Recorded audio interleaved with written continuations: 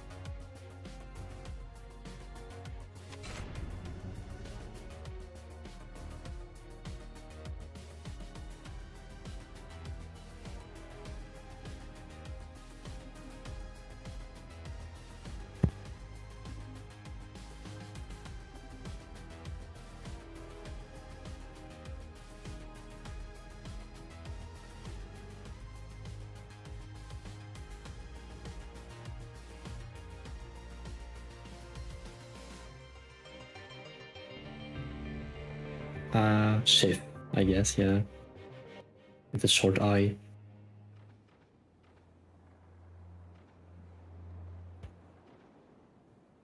It is not nearly as bad as other names we've had before.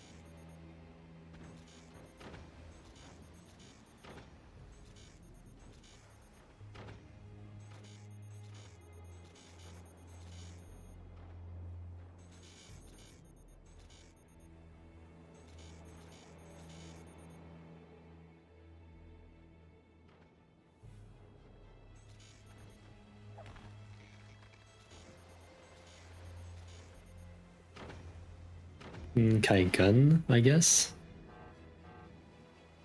Maybe. Off to a bad start.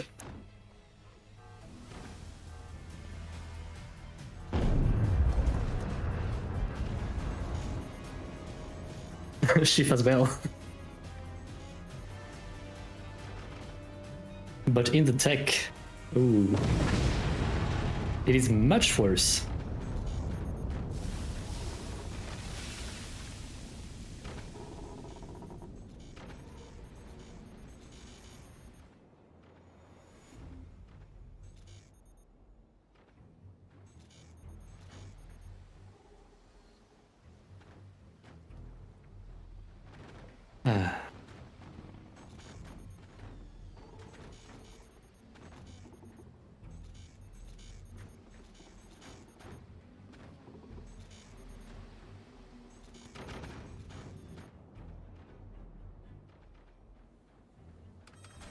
Yeah, you can really tell the preparation that went into this match.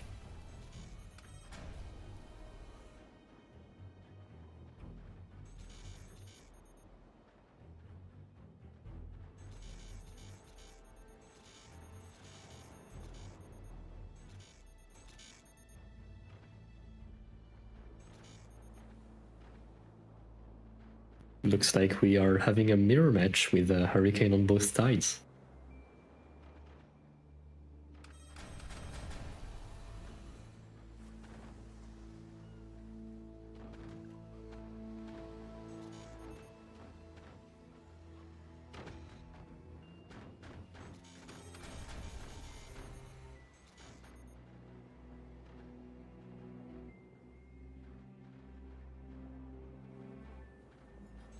Building speed?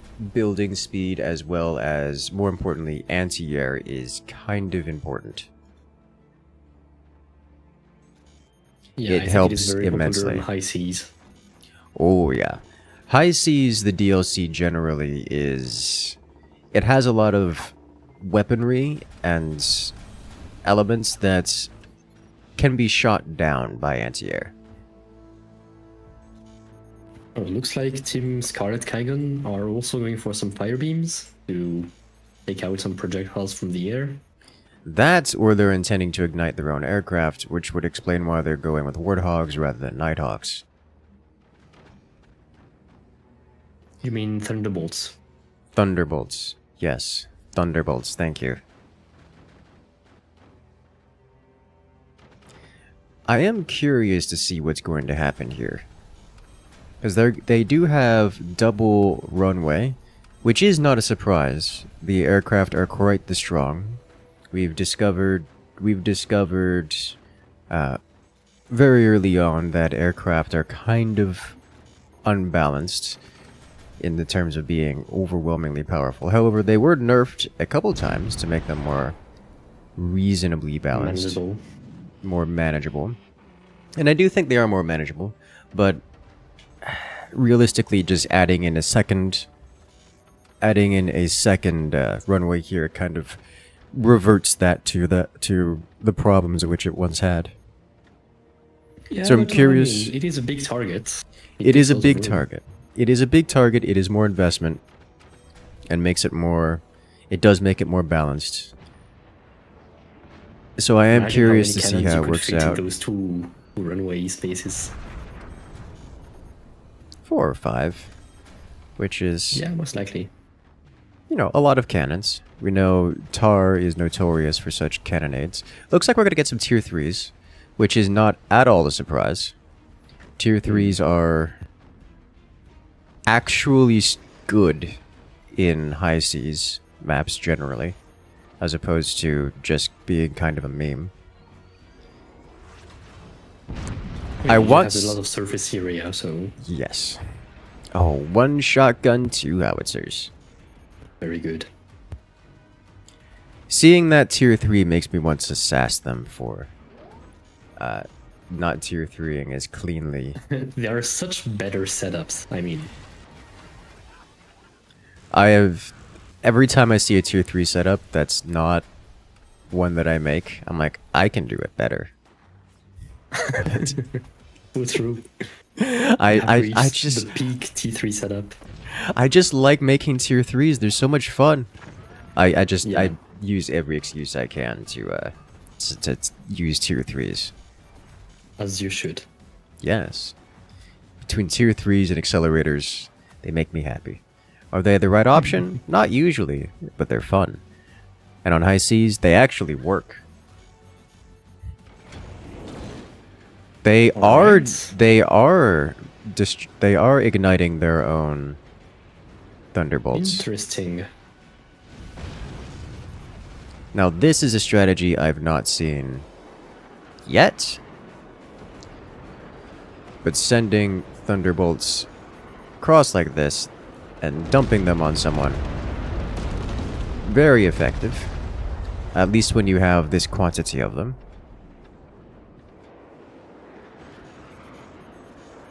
Yeah, that's just shotguns damage. are not the best defense.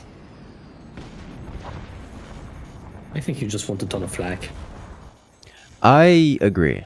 And in the case of Hurricane, machine gunners do actually work. They're not great. That's true, yeah. If I recall correctly, this map doesn't have the ability to, due to the build restriction zones, for the teams to build forward and get a long platform that can be filled with anti-airs. You just kind of have to. I don't imagine. I mean, the purpose of the no-build zones is to restrict the amount of propellers you can get. Yes.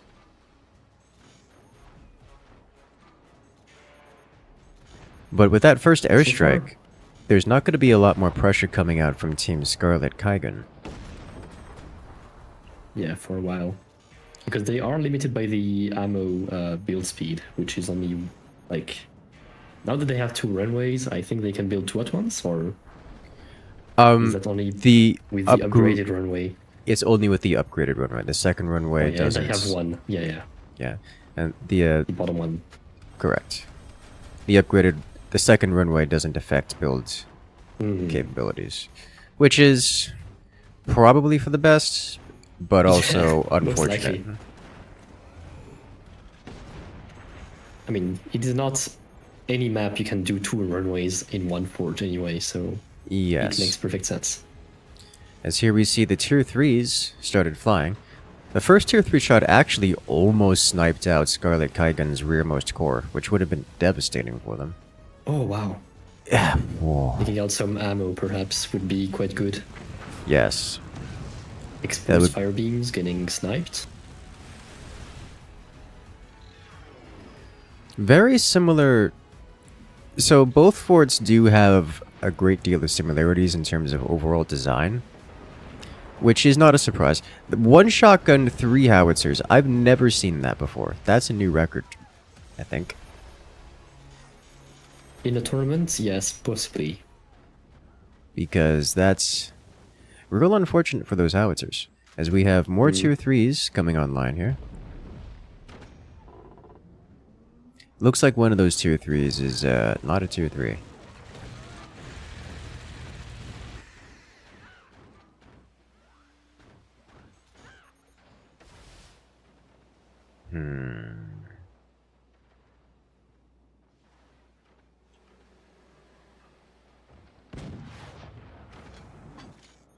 Cannon sent. Let's see where it lands. Watch it hit the runway and just take out both runways. Oh!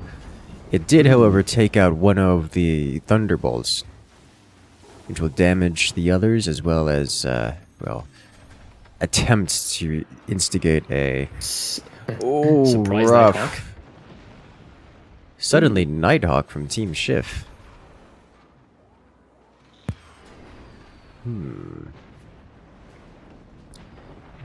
Did actually take out the shotguns.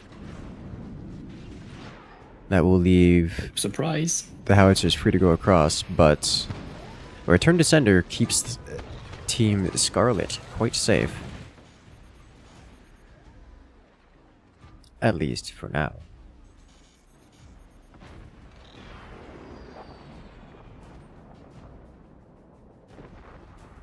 A second tier 3 has come online for Team Schiff. With Team Schiff. Ooh. Team Schiff trying to ramp up their pressure here. Yeah, we've seen a lot of defensive smoke recently. I'm I not like it a lot.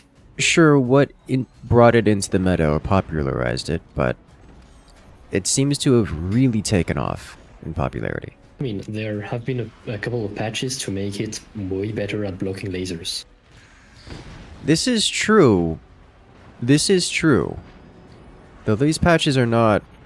While they are recent, the popularity spike of it is much, much more recent than the, Oh, I see. than the patches. I'm talking Maybe like just familiarity 2 and weeks. knowing how to do it. Oh, Ooh. there was a small pause by Sats. I don't know if that was intentional.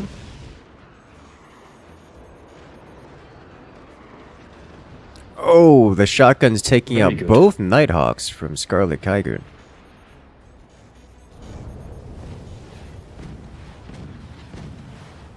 And now 4 tier 3s for Team Schiff. But there are anti-tier 3 fire beams. Yeah, 1 or 2 has been taken out. Looks like 3 of them got taken out, which is unfortunate for damn. Team Schiff. 3 out of 4 failure to fly. I did not see properly. I mean, it's way up there, like you can't really see it. It goes out of Yeah. it goes out into orbit before it interacts with that fire beam.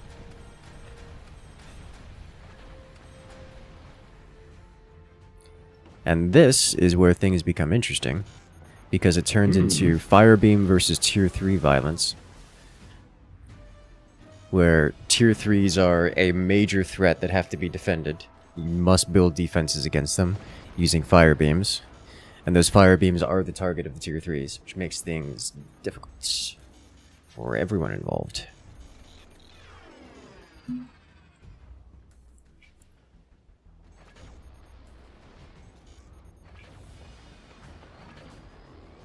So we Looks like are... Scarlet Kaigan is doing a lot of Nighthawks instead of Thunderbolts now.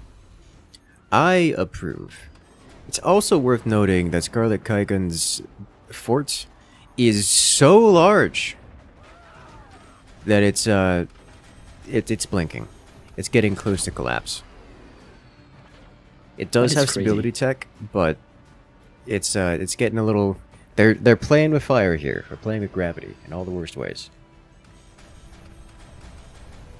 But yes, look how big, thick, and chunky this fort is. It's massive.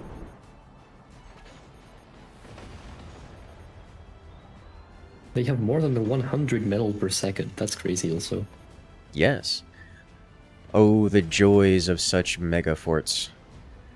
Dreadnoughts, battleships, they make for these great rounds. The biggest of conflicts. Honestly, there's an angle there for that tier 3 to snake in. Right above these... Yeah, just right in the runways. Right into the runways and just remove both of them. That would be so nice. That would be quite the satisfying explosion. Okay, well, someone just refired those tier 3s without actually aiming them, so those are going to go everywhere and not hit something important. Or maybe hit something important. We'll see. Looks like we have two whole misses. Yeah, definitely not. That's not how you tier 3. T3s need care. They need a lot of care, like an annoying amount of care. Like, why is there not enough APM levels of care? I mean, they have 3 players who all can go to 200, so they should have the APM. Realistically, they should just have, should just have someone like full dedicated at doing nothing but aiming those things, and maybe a little bit of something else. Oh, but there's not nearly enough anti-air for Team Schiff, and that nuke just flies across. They're prepared to tank it without any to prevent any real consequences, but scary nonetheless. Someone with those tier 3s. So the reason I'm commenting on it so much is in part because I'm passionate about them and I like them, and it hurts my soul to see them misused like this. And in part because if you use them like this, they are simply a waste. They just won't get things done. And given how much investment the red team here is putting into tier 3s, seeing them wasted just kind of hurts my soul. Even more. Yeah, it is a bit surprising. Like, you have a player who's dedicating their time to doing this complicated setup. This expensive and complicated... There we go. Okay, that's better. This expensive and complicated setup. And then to have it be cast aside with no benefit is, you know, unfortunate. Oh, door snipe. I'm not sure there was a... Was there even a door on that? There was a door on that, yes. There was a door. There wasn't a door on it for quite a while, and I wasn't certain. I didn't notice them build the door on it. As the cannons are flying. Here come the tier 3s. They still require some better aim. Yes. It is getting somewhere. Yes. Though that, I would say, is an acceptable margins of detail for the tier 3s. Not ideal hits, but properly aimed at least. They're tier 3s. They're mostly complete randomness anyways.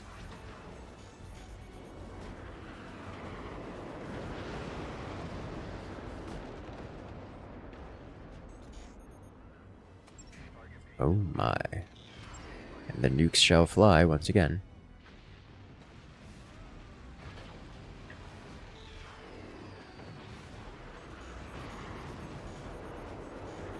Oh, the Nighthawks look like they're making it. Oh. Massive hit. Collapse. Oh, damn. There goes the upper and rearward... The dorsal weapon platform for Team Schiff. All the lasers gone. Oh, wow, drop shots. A drop shot up and over the armor, hitting the rear of the runway. That takes out one of the runway launchers of Team Scarlet. That's a lot of damage dealt. Oh, 3 Nighthawks hit by 1 fire beam. Yeah, I hate to see it. And that is why you be a little bit more staggery with your aircraft launches. Especially since they knew they had destroyed most of the fire beams of Schiff, so... Yes.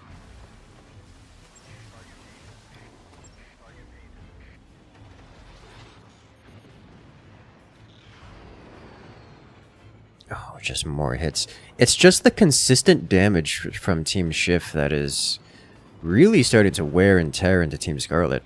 Like, yes, Scarlet has, I would say, the firepower advantage or superiority in bursts. In terms of damage dealt, they just have a better chance of getting a shot through the defenses of Team Schiff and doing real critical damage, but honestly, Schiff's consistent damage output is started to add up, which kind of counterintuitively seems like it wouldn't happen just because Team Scarlet's sitting at, what is that, 100 metal per second plus? 123 metal per second. Just casually dodged that dome defense. It's just... The dome is so great in internal collision. Coordination, yeah. Ooh. And just like that, the other runway goes away for Team Scarlet. Ooh. Just cannons clean through the doors. Like, as I was saying, I would think that Team Scarlet would be able to repair faster than Schiff can deal damage, but honestly, Schiff is just dealing a lot of damage. Like, they're getting merged cannon shells that are going through armor. They're getting, like, they just have enough firepower that these shots are slipping through the cracks. And if not through the cracks, then through the relatively thin bits of armor. It's like, oh hey, this one spot in particular is less defended than the rest, and it just ate 3 cannons in a row, so it's getting penetrated and internals are getting slapped. The Scarlet's just kind of falling apart. They're just kind of being whittled down. Not keeping up with it all.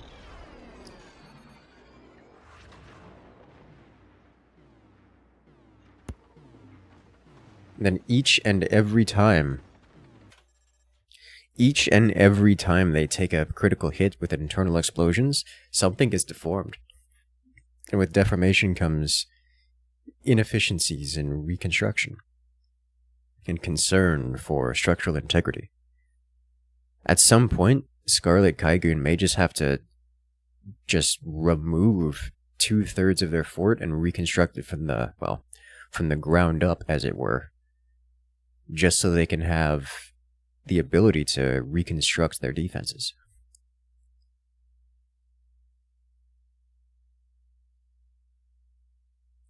And that's just kind of where we're at right now. Now, it is worth noting that Team Scarlet Kaigun here on the left-hand side is building additional swarms and nuke launchers. It looks like they're going to try to overwhelm their opponents here to get some massive damage dealt in a single burst. But Team Schiff, they're just adding in more cannons, more weapons. And there goes another. And the tier 3s are picking away at the weapons. Team Scarlet loses not just a runway, but they lose 2 more swarm launchers. The tier 3s are taking their toll, and the standard cannons are just not breaking down the front doors. And with every shot, more deformation, making it harder to rebuild. Yes. Oh, okay, this is on the cusp of collapse right here. Their whole fort just did the wobble thing that indicates that it's crushing itself on its own weight. The stability tech isn't going to save them the next time they lose a bit of their front metal here. They would lose a huge chunk of that top part whenever that collapses. Yes.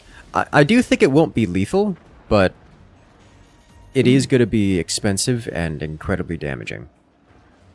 Oh! A perfect shot. Very, very well aimed from Team Schiff. Cannons looping around with a magna beam. Always a fun sight to see. But, man, was that close. Team Scarlet Kaigun almost loses their frontmost core with that trick. as the tier 3s are still raining down on top of the swarm missile launches.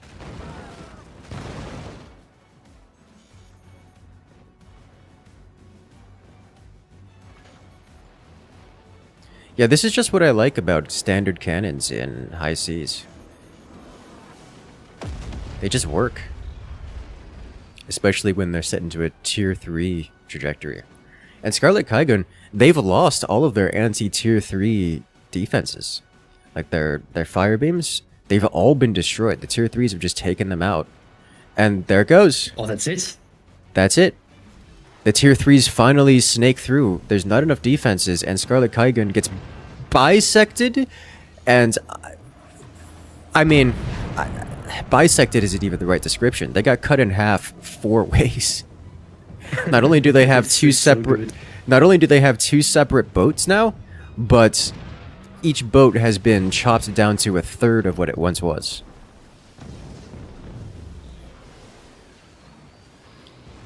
This is worse. So that was about what I was expecting, except worse. I wasn't expecting it to deal quite that much damage, but that was about what I was expecting to happen eventually. This is just... holy smokes. And now with the main armor cracked, there's nothing stopping the regular front door cannons from just blowing everything up. And that's what we're seeing here.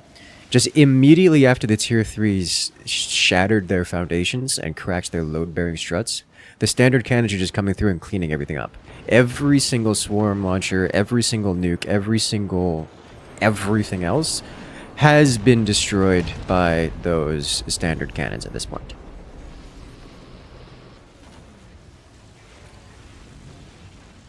Now, this is where Team Scarlet Kaigun, I think they're just in the see how much damage they can do, see how much spite they can do on the way out. They see the desperation snipers coming in.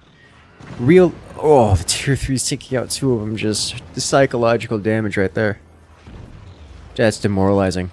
So this is something that the more experienced players tend to do. When there's nothing left for them to do, they build snipers and start sniping. Because door snipes always have the opportunity of winning the game, and snipers are good at door sniping. If there's something that they can punish, if there's some gap somewhere, they will punish it. And if that gap leads to some kind of catastrophic or cascade domino effect, then they can absolutely come back in this game. And as we saw here, when the snipers started flying, immediately a whole extra layer of defenses was slapped around Team Shift's base. Because they were genuinely afraid of the snipers doing something. And with good reason. That they need to be afraid. But that is also an indicator that this game is going one direction and one other, and that there's no coming back from that. Where once the snipers come out with that kind of desperation, it's an indicator that there is simply nothing else that Team Scarlet can do but try for this desperate Hail Mary of a play. And they're still trying for it. They're trying to rebuild. They still have their economy, both energy and metal. It's hindered compared to their opponents, with an otherwise untouched and perfectly stable base, but it still exists. They still have return descenders, keeping the worst of the damage at bay. And they still have enough money to build weapons, even if those weapons are a single plasma and the occasional sniper.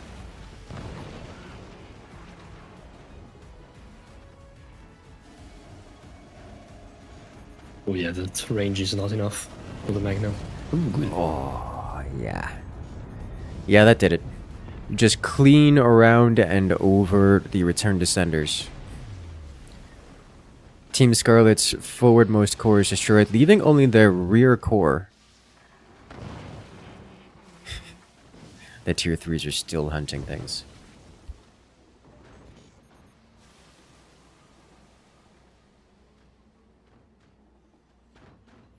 Good lord.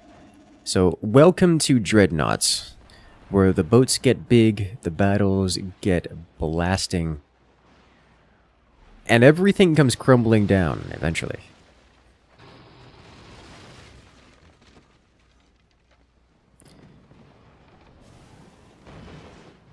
With that one plasma, there's not a whole lot of places on Team Shift space where door snipe would be game winning. I would even say none. Like certainly Impossible spot. the cannon stack would be a great place to door snipe. It would be devastating, but it would not. I think the tier 3s are more important, to be honest. Yes. The tier 3s are just constantly threatening to end the game. Although, I must say, I feel like Team Shift is not properly aiming them so much as refiring them generally.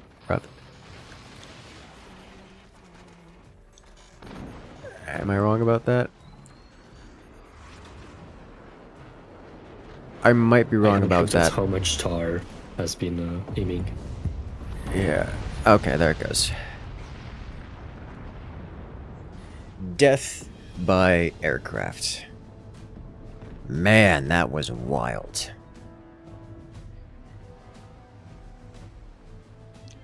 Alrighty then. Round 1 goes to Team Shift.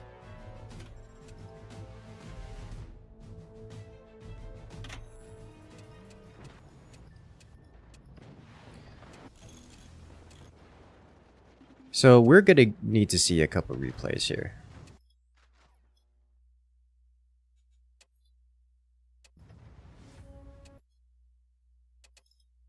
Because the amount of shots that came through here to do catastrophic damage were absolutely wild.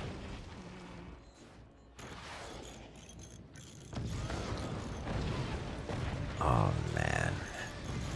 Look at it all come crumbling down.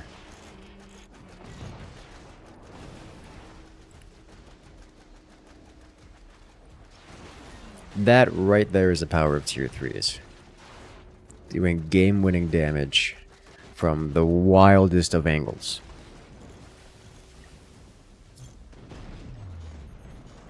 You love to see it.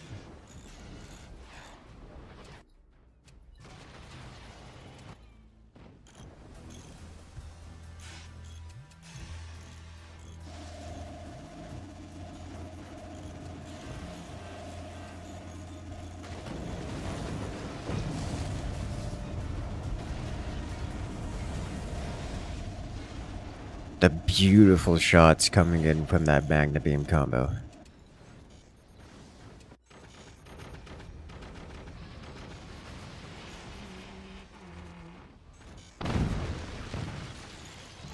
Just the constant artillery.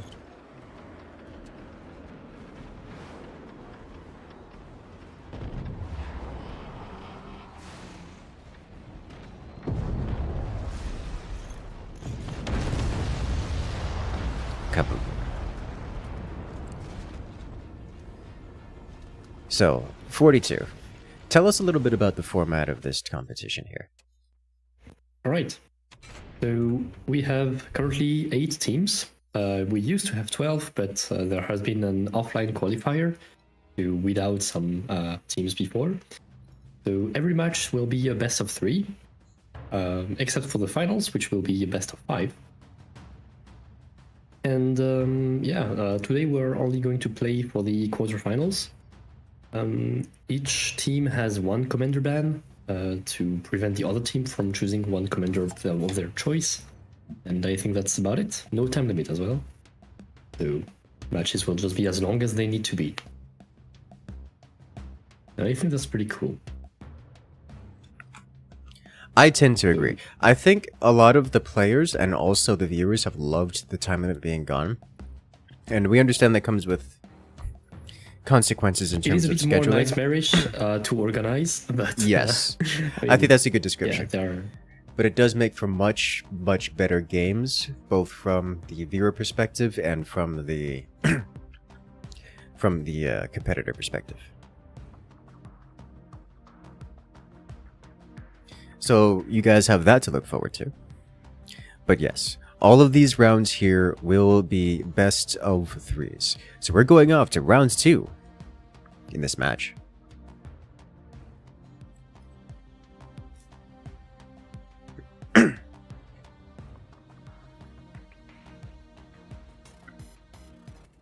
As we're off to round 2 here in the 32nd Forts official tournament. As here we have on the left-hand side, it's Team Schiff. They're playing as the Shakana commander, which makes me think of questions. Questions which we will get back to later, as Taichu, Char, and Julian are playing off against their opponents on the right-hand side in the red forts. It's Team Scarlet Kaigun. Team Scarlet Kaigun, Mega Red, Pixnips, and Dimmer Red are playing as the Overdrive commander.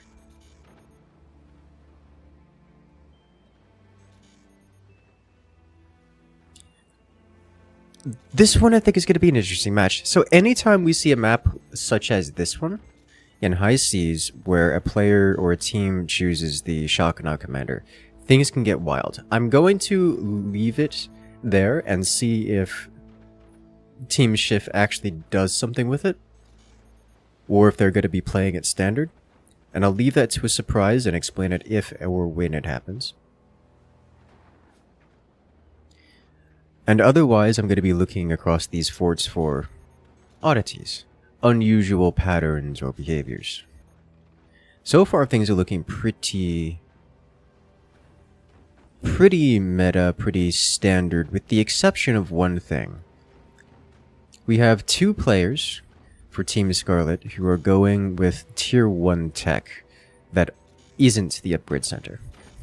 This means that they want the workshop, they want the armory for a specific part and a purposeful intent in their plan. For example, Mega Red here is building mortars. This is what that implies. We may have a bit of a mortar rush here. Now this doesn't look like a build that would be just throw mortars into a regular build. This does look more like it's an actual mortar rush. And if there's one player going mortar rush, I have to assume that he's going to have support, or something else is going on here. There's going to be some extra layer. We do see Pixnips getting an armory, and then going straight to heavy weapons, so maybe we're not going to see a support. Maybe it is just one player going mortar rush just to get an overreaction out of their opponents. Which is... well, that's not a bad strategy. Oh, Tar's doing it. He's doing it. Yes! Do it! We may see it. We talked about this in the meme tournament, that no one did it in the meme tournament, despite having every opportunity to do so. Let's go. We see the barrel drop from the high forts into the soup bowl. He gets to keep this barrel, he gets to keep control of it, and from this barrel he can build and extrude an entire extra fort. Yes, that does just work as you guys think. Yes, that does just work as you guys think it would. Team 1, Team Schiff here, left side, just has 4 forts under their control right now. 4 entire forts. Of course, one of them has to, get a good financial investment before it has any kind of real return. Yeah, but also it is controlled by Tar, who has an insane APM anyway, so... Yes. So I'm really not worried about it. The only thing that I would recommend that he do is delete that current barrel and replace it elsewhere so it's not in the way, but whatever, it doesn't matter. Minor details. You have an entire extra fort there to play with. Complete with new mine space and everything. And yes, that does mean Team Scarlet would have to completely annihilate this lower fort in order to make it go away. Which is much more easy said than done. It's worth noting that Mega Red, despite opening mortars, and he didn't do much, if any, in the way of real damage. He did get a reaction out of the opponents to slow them down a little bit, but Taichu started firing back and didn't just shut down Mega Red's mortars, but also took 24% off of Dimmer Red's core in the process, which I think means that just means that Team Schiff was better at the early aggression than Team Scarlet, despite Team Schiff not investing really anything into early aggression and just reactively defending forcefully, very forcefully.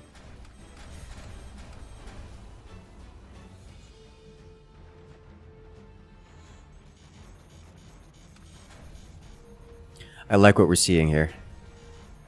We are seeing a deck gun with a shotgun covering. I like it. I like it a lot.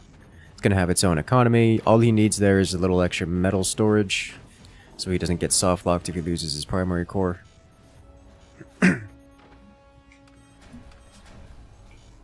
Honestly, this one's going to be an interesting battle. So typically, Overdrive, being an eco commander, tends to outscale non-eco commanders by about the 15-minute mark, where more aggressive commanders or weapon boosting commanders such as Shock and Awe tends to perform very well until around the 15-minute mark, when the eco commanders just kind of outpace them.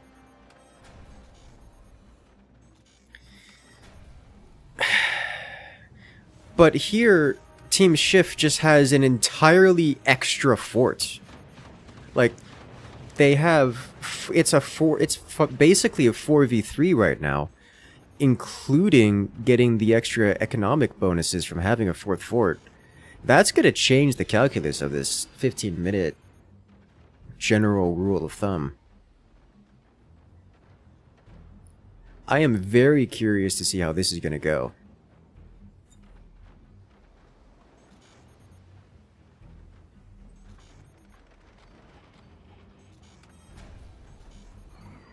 I would love to see Tar invest in more economy, as the weapons are starting to fly.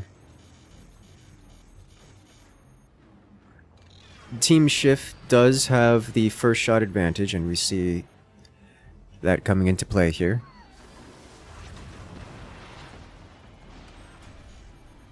However, Team Scarlet just has more weapons generally. So when they start firing back, it's gonna be devastating. Incredibly devastating.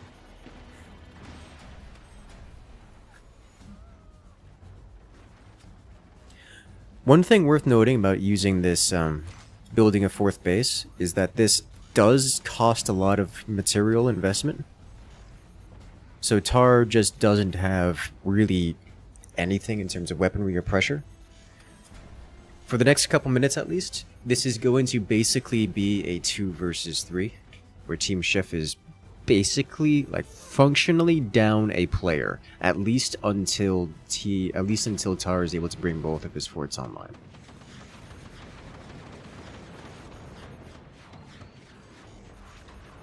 I mean, unless they decide to shoot Tar.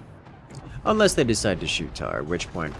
Oh, so much damage. Oh... Taichu just getting bullied. Oh my gosh. This is such a good volley. It is, but also, how do you do that much damage and leave only the core and the technology standing? Like, that could not have done more damage without destroying him. If any of those shots were just slightly more toward the core, Taichi would be gone. Like, honestly, with that much damage incoming, this is probably the best case scenario for Taichu, where I'm just surprised he's alive. That's just a lot of damage. Like, that's a lot of damage.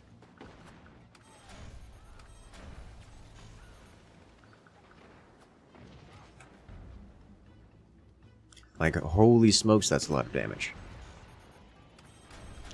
Unfortunately for Team Shift, that will pretty much remove Taichu from being a factor for the next several minutes. So Team Scarlet's going to have plenty of time to do what they want. Largely unpressured.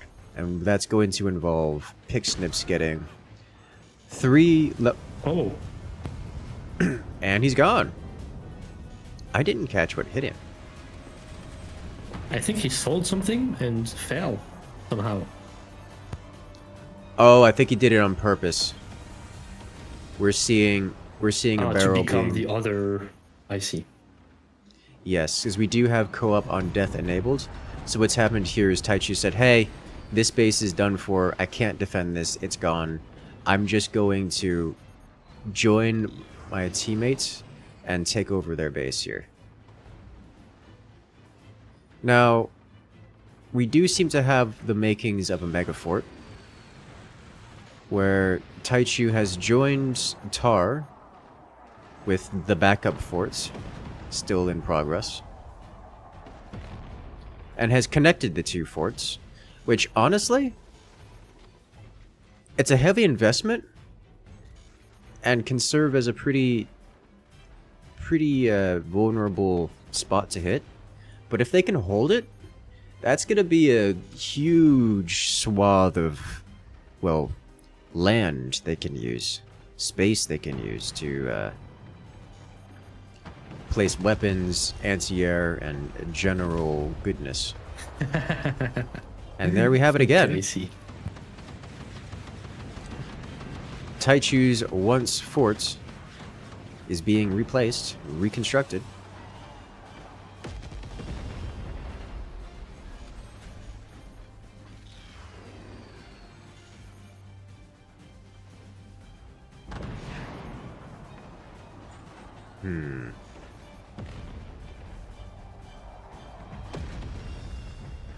The anti-air is just enough.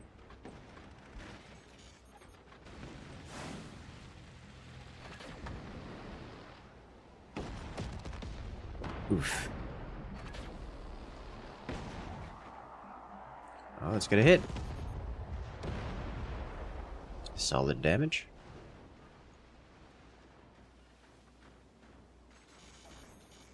Look at the wall of machine guns being constructed here by Team Schiff. Some more solid hits from above. Actually takes out one of Pixnip's deck guns. That'll reduce the incoming damage fairly substantially.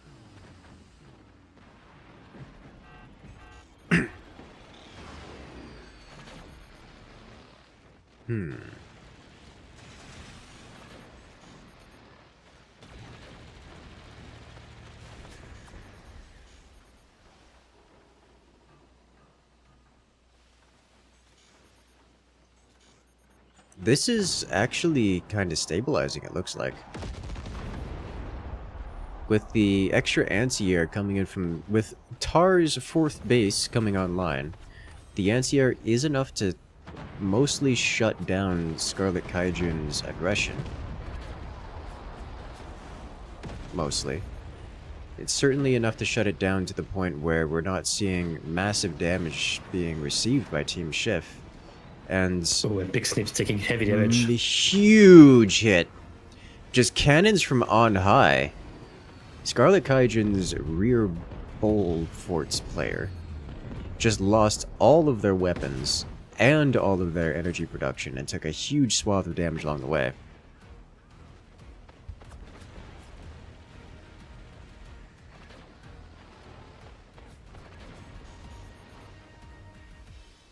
As this whole time, Julian's just keeping his fort intact while spending his resources on reconstructing Taichu's one base.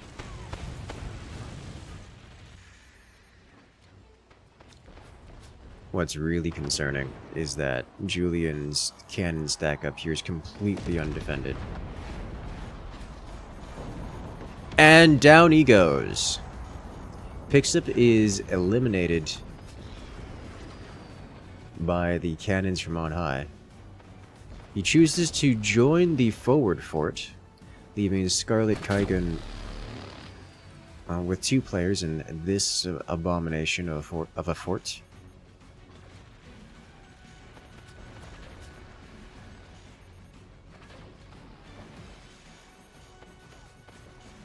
But honestly, things are kind of going the direction of Schiff. The 4th fort is just allowing a degree of power that Scarlet Kaijun just can't keep up with. Despite not being a traditional economic commander, they are just keeping up in economy and keeping up in general infrastructural development. Scarlet now has a Magna. Not sure what they are going to do with it. Yeah, look at the incomes. Team Schiff has more income That that could have been devastating. Wow. That could have been very devastating. They've done that a few times now. Just a shotgun wraparound toward the core, just completely It's a unexpected. very good idea. But now Shift will be prepared. Yes. As Dimmered is getting pounded by those cannons and he's not able to keep up. He's repairing for the moment, but those repairs are coming slower and slower each time. Looks like he's in a death spiral with it. But yeah, at this point, despite Team Scarlet being an economic commander, has less economy than Team Schiff. Just by virtue of Team Schiff expanding over the map and rebuilding everywhere. Something that Team Scarlet just can't pull off. Oh, the shotgun from below is scary. Just a little bit scary. Dimmered, his internal layers of armor is broken as no. The a exposed 20s. huge bit of damage. The exposed cannons are, well, taken out. At least two of them. Is that two or three of them? Two or three of them are taken out I think that's 2. I think it's just two of them taken out by a plasma. I think Team Scarlet realized that Schiff was being greedy, very greedy, and punished them for their hubris.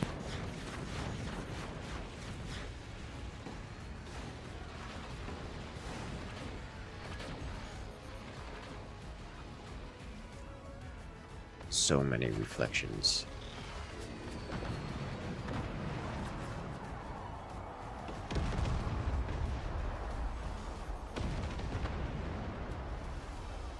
As those deck These guns, deck guns are so oppressive.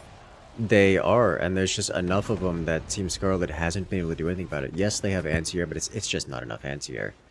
We have triple upgraded deck guns. You know, not the first fort we've seen with triple upgraded deck guns, but it is the last one standing. As Scarlet, Oh.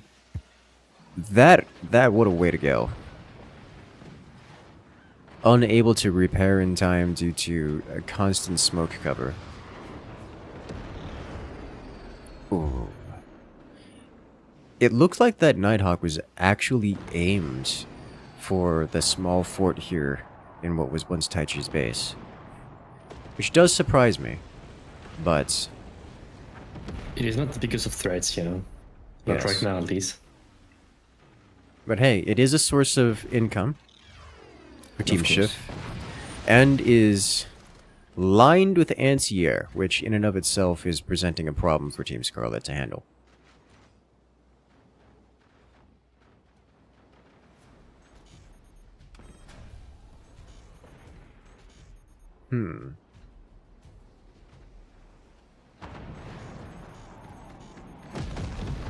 Ooh.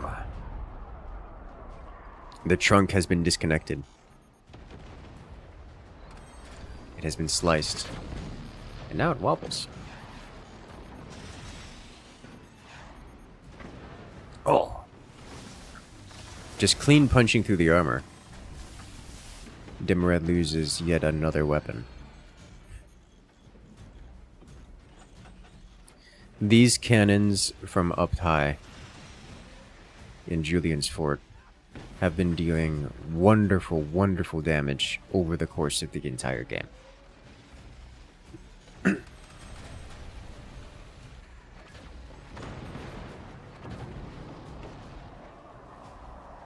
More deck gun power.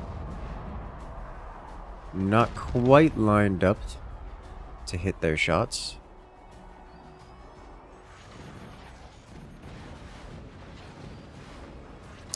That's so many cannons. He just doesn't stop. That's what, six? That's 6 cannons going on 7. Dimmered cannot sustain firepower of that magnitude. You cannot just eat 7 cannons.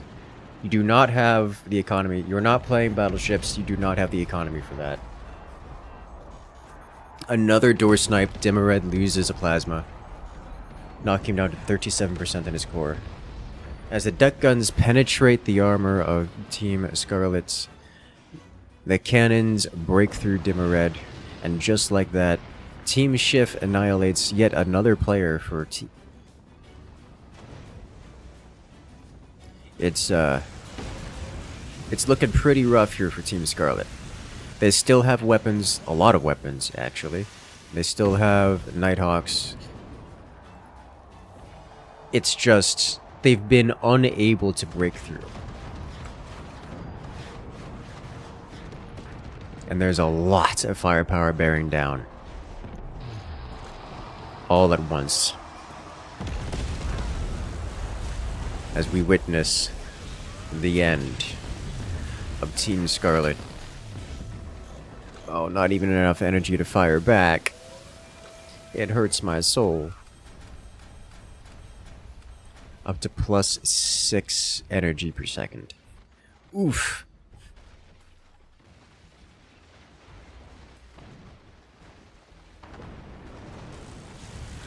They've got to shut down the shield. And remove that pesky auto repair system. Or, you know, the opponents will do it for you. I mean, they don't need those deck gunshots anyway. That's true. Well, they're up to +43 energy per second. And that will remain true for a brief period of time.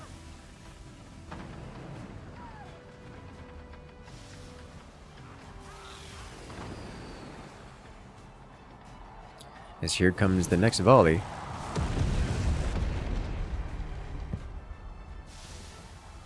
Why are you like this? Yeah. Oh, Lord have mercy. God, such a satisfying weapon to use. The 20 mils. Raining from on high. And there is the concede. Alright, nice. Just in time, as Team Shift takes it and wins this matchup, winning 2-0 over their opponents. That one, I'm so happy we finally got to see that in a tournament. Very good. Very, very good.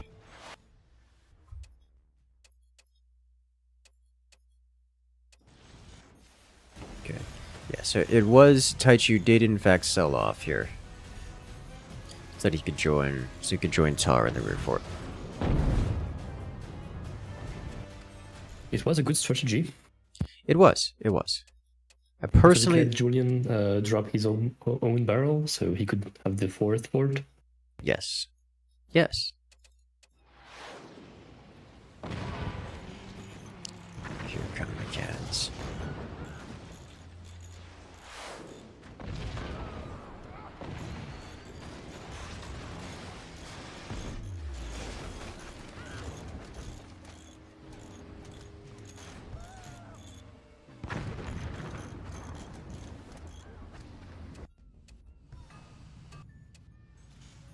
So satisfying.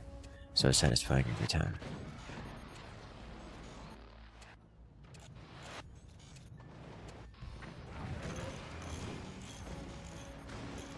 I like watching the cannons come in large clumps. Just a volley of cannon fire, shot by shot, just punching clean through.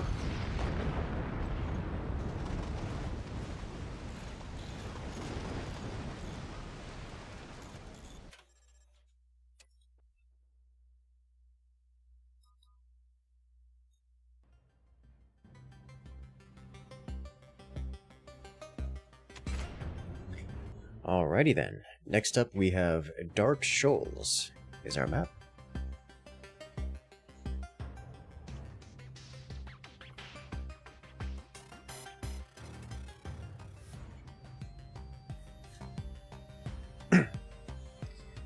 Our next teams looks like it is Moto Pinder Circus versus Nut Power Pack.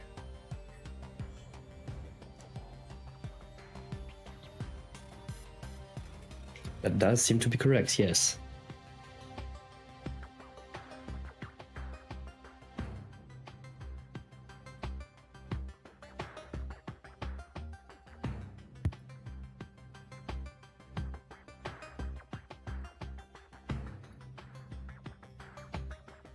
Bracket has been updated.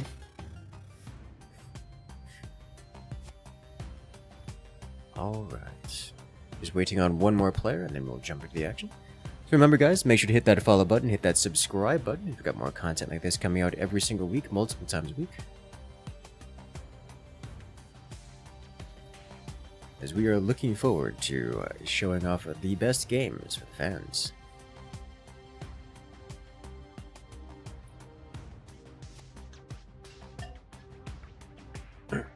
I have been told that by some other players that there are some insane strategies that might happen at some point. I don't know if it will be on this match or some other match, but I have been hyped by some players. Oh. I mean, Well, I we like have that already idea. been hyped by the last match. To be Yes. It has been so long since I've seen that as a legitimate strategy used somewhere. It makes me happy to see it, and it makes me even happier to see it actually work and win. It always makes me extremely happy to see always new things in these tournaments somehow. Yes. Looks like Infinity is getting a glass of water. Maybe it's time for all the viewers to also hydrate. I agree. Make sure to stand up, stretch, get a snack, get a drink. Because, well, we've got more forts coming right here and right now. Oh yeah.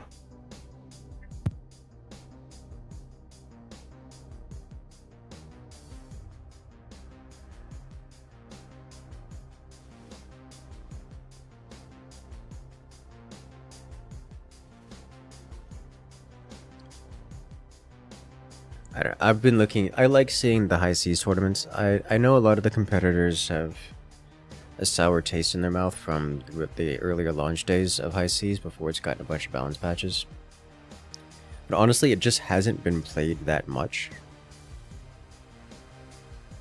But it's so good though. It is definitely. I personally prefer it. I personally prefer it. That much I can say.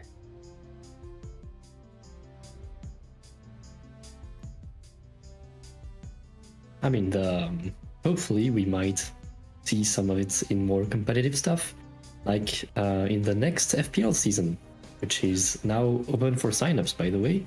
Yes. There is the possibility for high seas in the map pool. Oh, yes. Teams may choose a high seas map, and high seas will be enabled on those maps specifically, so that we might see some high seas in the FPL.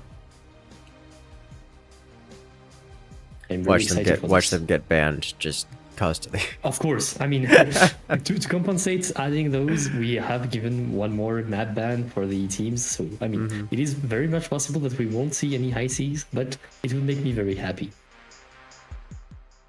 We are just trying it out for this season and seeing how it comes out.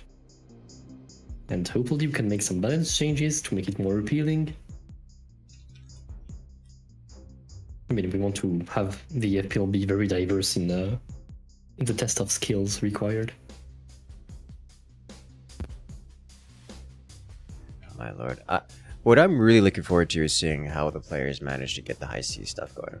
Because every time the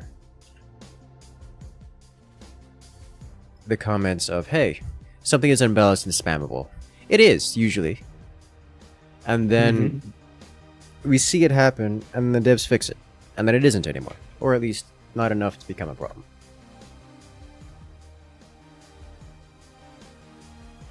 So I really am curious to see how this next iteration will work out.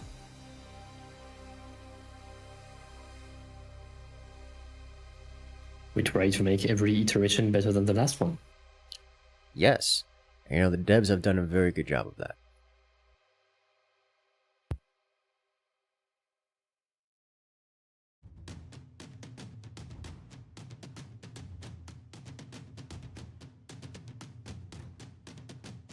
Right, let's go.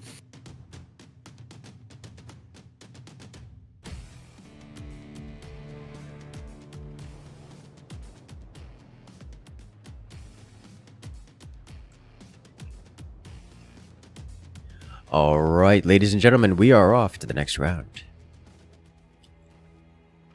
It's Team Nut Power Pack versus Team Moto Pinder Circus. As here we have on the left-hand side, the Telefish, Backpackathon, and Infinity Power playing as the Phantom Commander. Fascinating. Fancy. Very, very fancy. Fascinating is a good word for it. But here, Team Nut Power Pack are playing against their opponents on the right-hand side in the red boats. Moto Pinder Circus, Caraba, Pile, and Gustigo. It's the French team who are playing as the Hurricane Commander.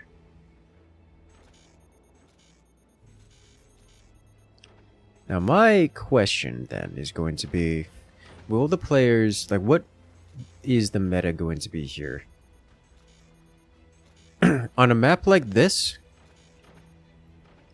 the meta tends to be for the first two boats to go for orbital laser. It is the closest distance, so yeah, makes sense. It is the closest distance and an incredibly popular strategy.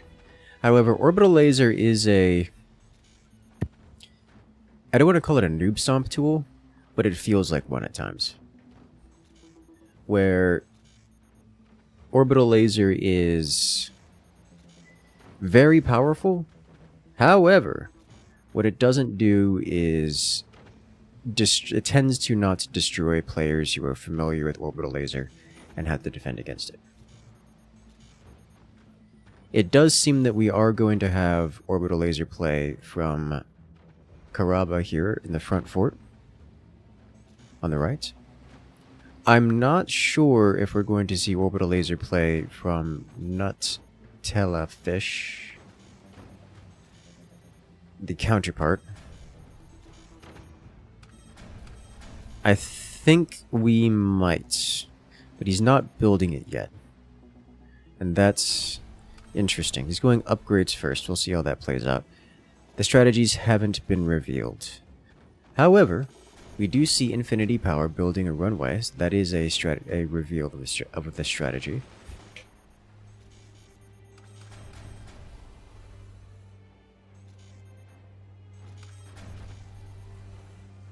Pile going for triple deck gun. Incredibly powerful. We'd love to see it. And Gustigo going standard cannons. Alright, so we have, I'm going to say, pretty standard meta play here from the French players. Forward most player going for orbital laser, second one developing deck guns, third one cannon stacks. But the Americans, I don't know what's going on over here.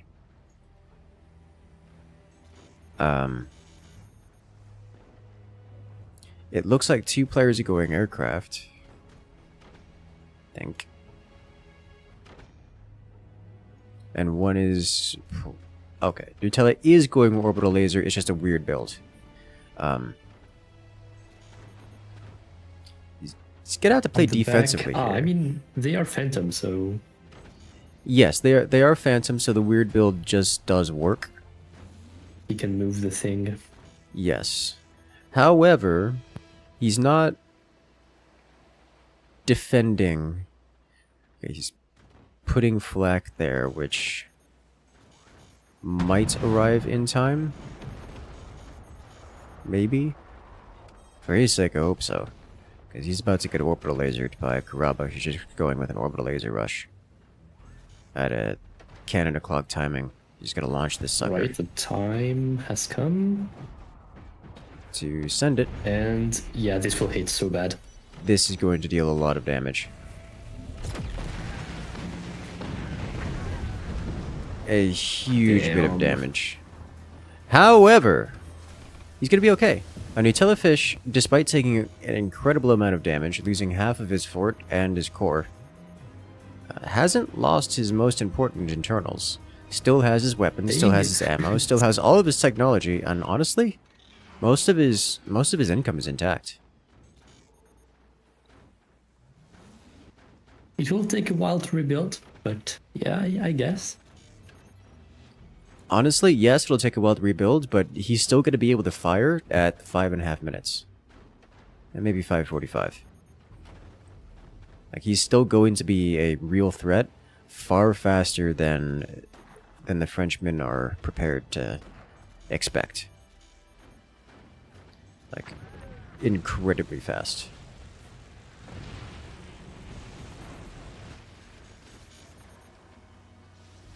Interesting placement of the tech share of the item transfer wood. Everyone but Infinity Power has it. Oh, well, here comes another space laser. Oh, wow. This is looking real bad for Nut Power. Oh my god, how did he survive that?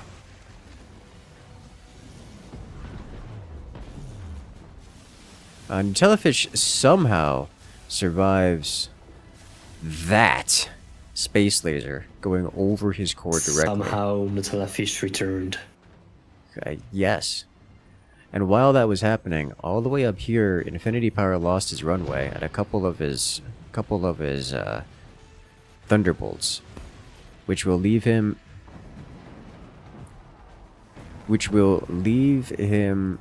vulnerable to well, not being able to deal damage, which is just a problem. You can't deal damage, you get punched with cannons, and it gets real painful real quick.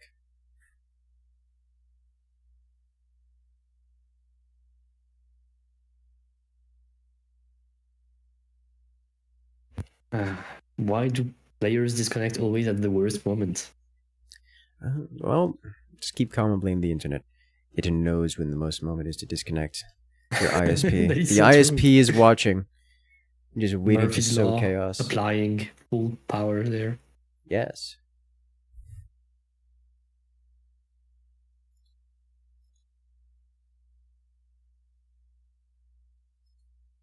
Alright, so we had a brief internet connectivity issue here with Nutellafish disconnecting.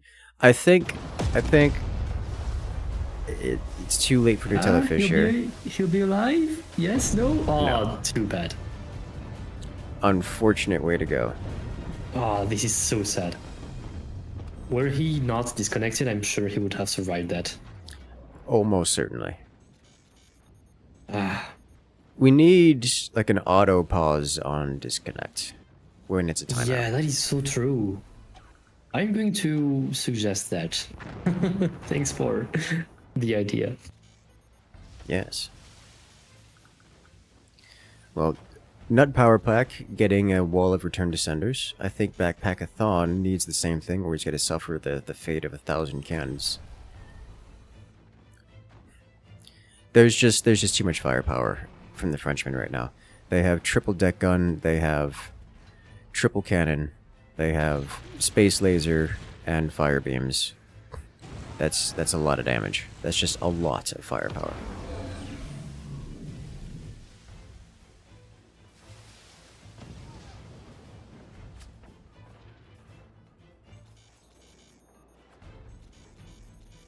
Snipers are sniping.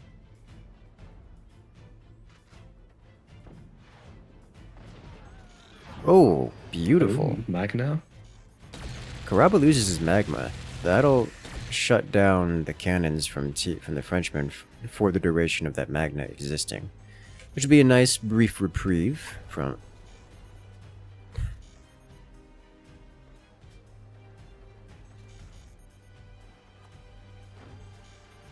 So it looks like Team Nut Power Pack might be ready to deal some damage here.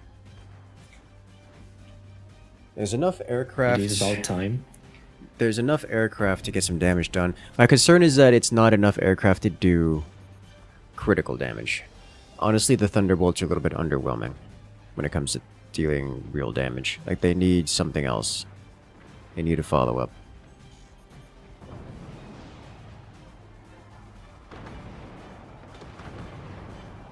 Oh, this will hurt. Oh, It will hurt a lot. Yeah. Does a lot of damage, but... there's just a lot of anti-air. in the Frenchman side of the world. One I of have them not makes been it. paying Oh much no. attention, but I think every player is building ammo and using the transfer pads to be able to carry to just the rear fort. Yes, yes, that is what they're doing. You can see them Wow, that's warping it pretty in cool. over here, which I love that idea. That is very smart. It is. It really is. It's just... it's not enough. I would love to see this strategy again, but again. See if it could be implemented more smoothly. And also without losing a whole player, I suppose. Yes, without losing a whole player. It's worth I mean, they noting... will still be limited by the overheat of the runway, but I guess they will be able to have salvos more often. Yes, which is a big deal.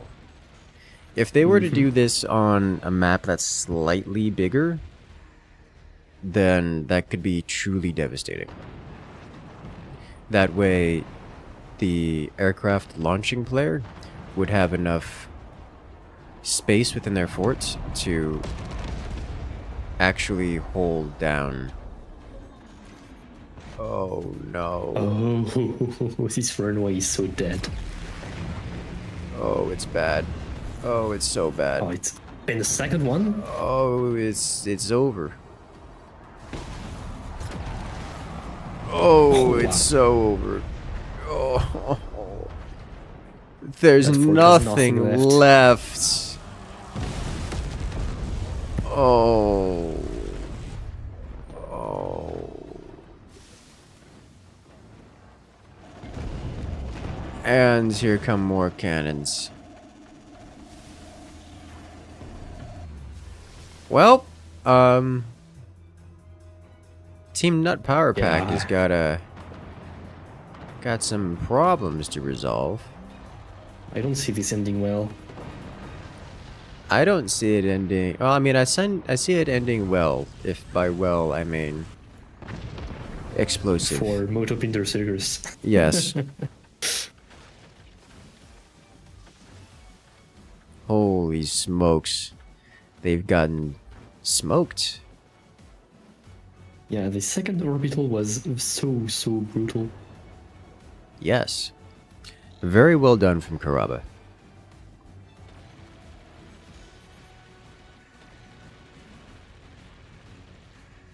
Looks like he's getting ready to fire it again.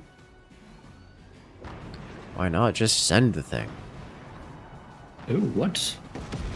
It looks like they're Internal conceding. collapse? They're conceding here. Oh, they're... Oh, that is so funny. Oh, desync. Oh. Is it just me? Yeah, I think. Nope. Maybe I'm also as gone. well. Okay. Happens to the best of us. And it looks like Oh, wow. everyone has disconnected. You're saying tie? No.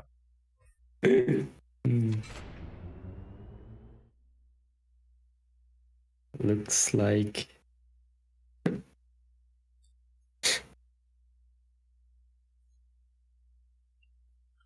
I think everyone's here. As we watch the final moments, the final send-off of Team Nut Power Pack, at least in this round.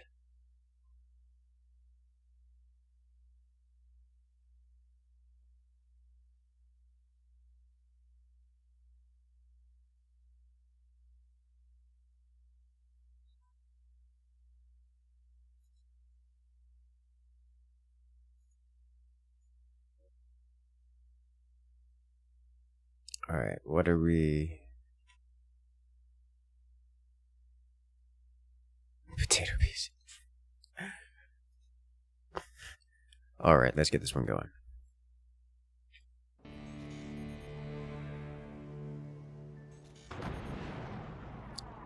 Will not take long. It will not take long, no. They're trying to survive just long enough to escape into orbit. I think they are trying to drown themselves. And they're gone. Okay, the score is Uh, wrong, but that is yes. another thing. That's fine. Round 1 goes to Team Moto Pinder Circus.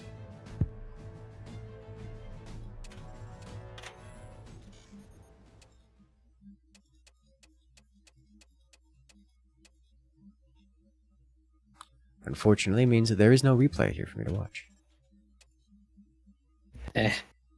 We will get highlights anyway. Yes.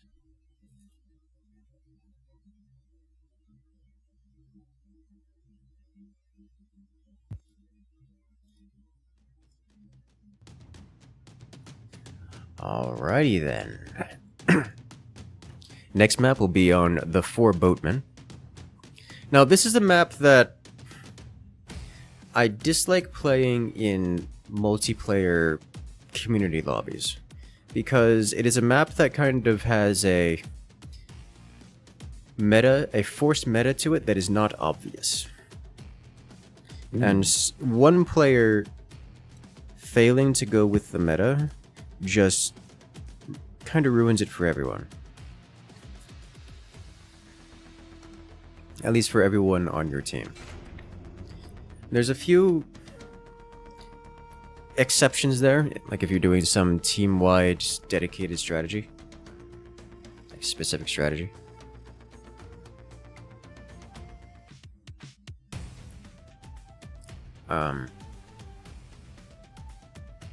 So I'm curious to see what the strategies will be here on this map.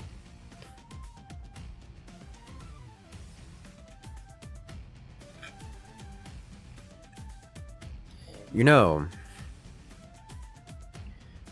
you can do the transfer pad shenanigans with more than just ammo. Well, at least aircraft. They could have done it with laser ammo, space laser ammo. Orbitals? Yeah. That could have been devastating. Absolutely devastating. It's rapid fire space lasers. That's space lasers, but with 3x the rate of fire, if done right. That sounds game breaking. Interesting. Very interesting. So this doesn't surprise me at all.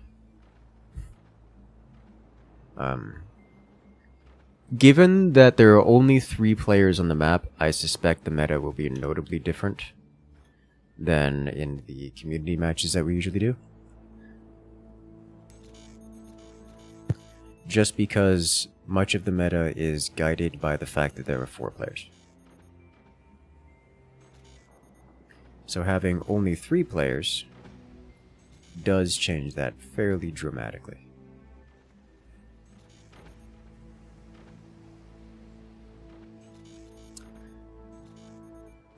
Now, in a normal 4-player match here, the reason why the players are limited to a specific meta is because of weapon arcs, firing angles, and the nature, well, the fact that everything is all aligned on one plane.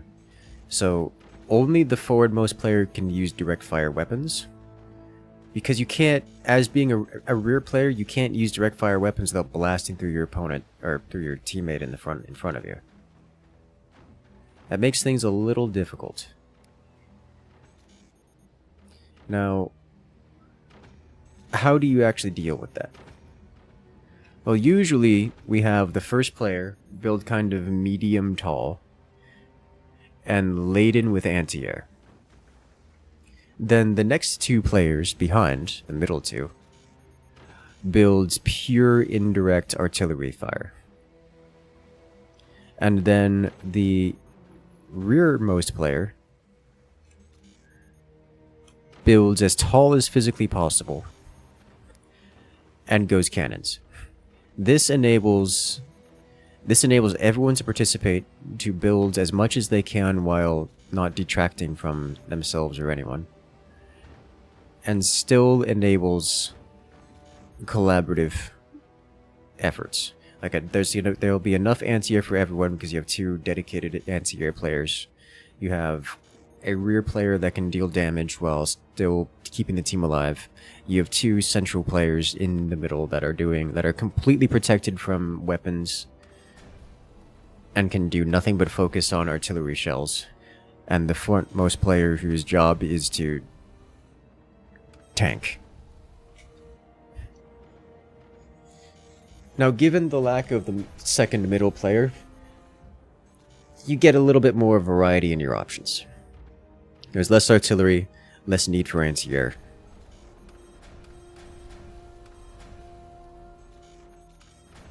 Fewer players to block line of sight.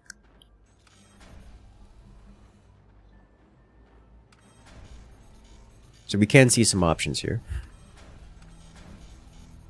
We do see Nutella-fish building deck guns. I assume there's going to be a triple deck gun setup. Backpackathon here on the right-hand side is going lasers. I don't know what flavor. And Infinity Power is building aircraft. Curious.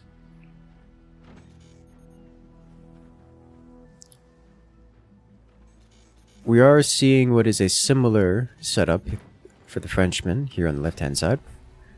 Pile in front going for deck guns, Ghost Eagle, middle going lasers. And in the rear, Karaba is cannons, standard cannons. Okay, I like to see it. Like to see it a lot.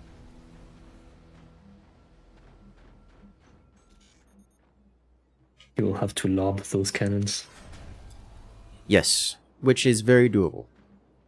That is, cannons are extremely lobbable, especially at this range.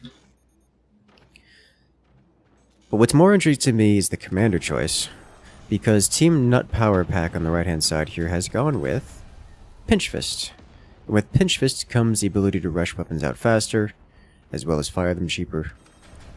So we can expect these deck guns to fire first, which they already have, compared to Moto Pinder Circus here, Pile, hasn't yet fired or even completed their stage 1. However, the Frenchmen here on the left-hand side are playing an economic commander. They are playing as Overdrive. And with Overdrive comes economy. With economy comes running away with the game past the 15-minute mark, which I suspect that these teams will reach unless we get into a huge snowball position from Team Nut Power Pack.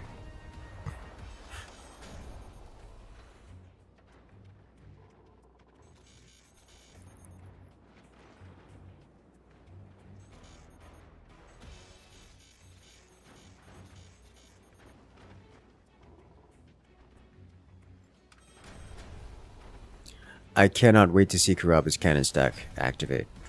That's gonna be a lot. Already at 4 cannons and growing. Yes.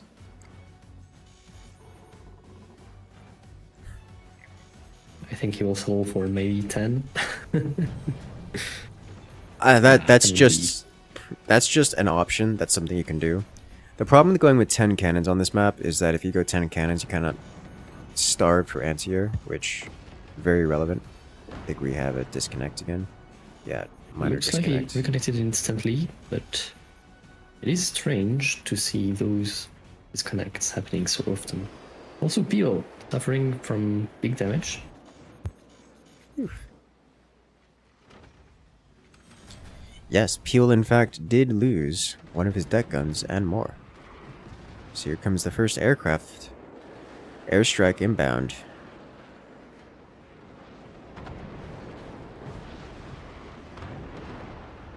Ooh. Those... Will survive so far, Yes. but for how long? Everyone's intact here. There is a fairly chunky amount of anti-air on this left-hand side, and they're keeping the aircraft. They knocked the aircraft out of the sky pretty cleanly there. Not one of them delivered their payload.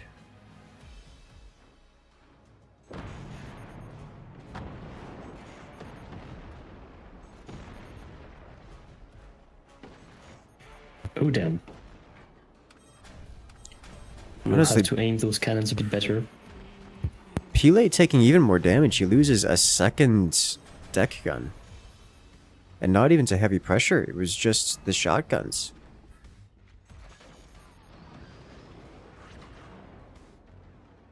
He just wasn't prepared. Caught slacking.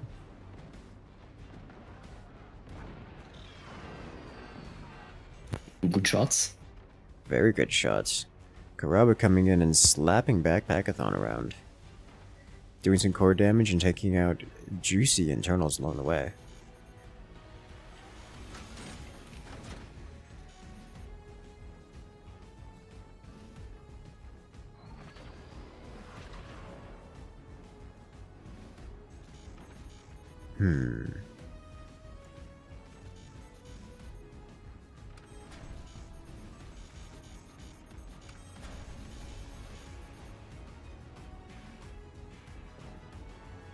More cannons. Just gently lobbing over the forward position players.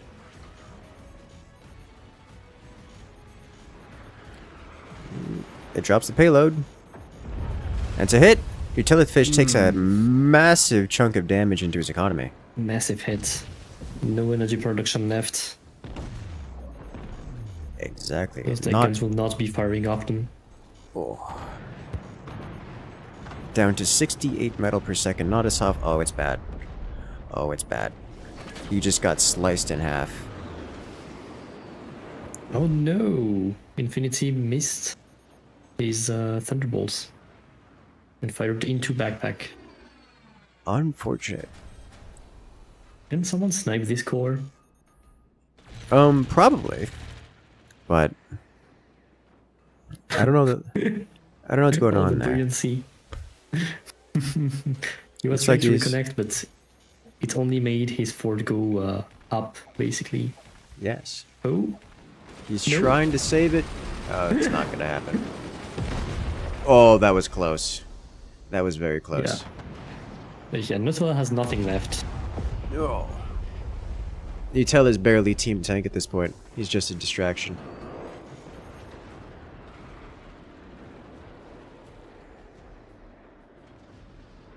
You know, the Burning Thunders do deal damage, Yes, technically. but it is Oh. always good to... It actually takes out a cannon. Still worth it, I think.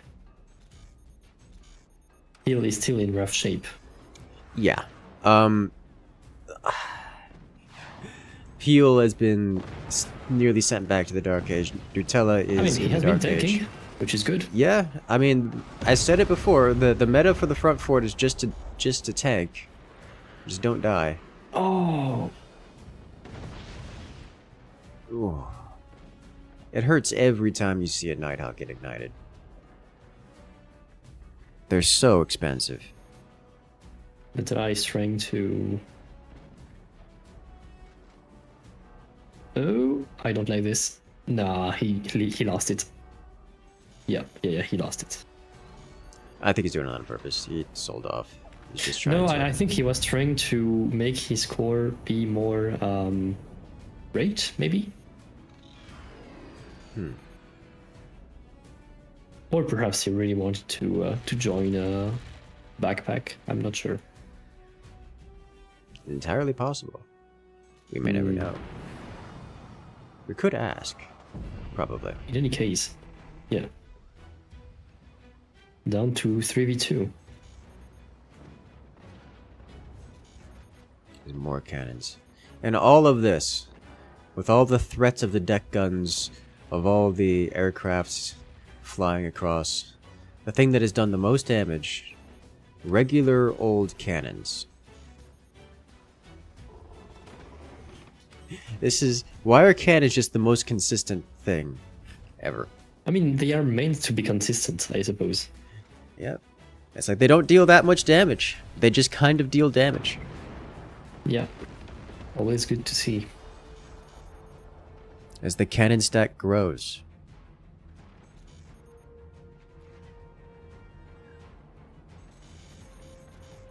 almost uncontested mortar. It almost made it into the sea. That is crazy.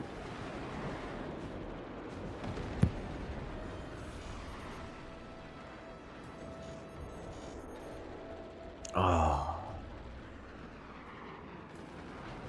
Oh. Gets hit. Peel's economy. He loses all his energy production. Again, Peel is just having a time. Peel is just having an absolute time.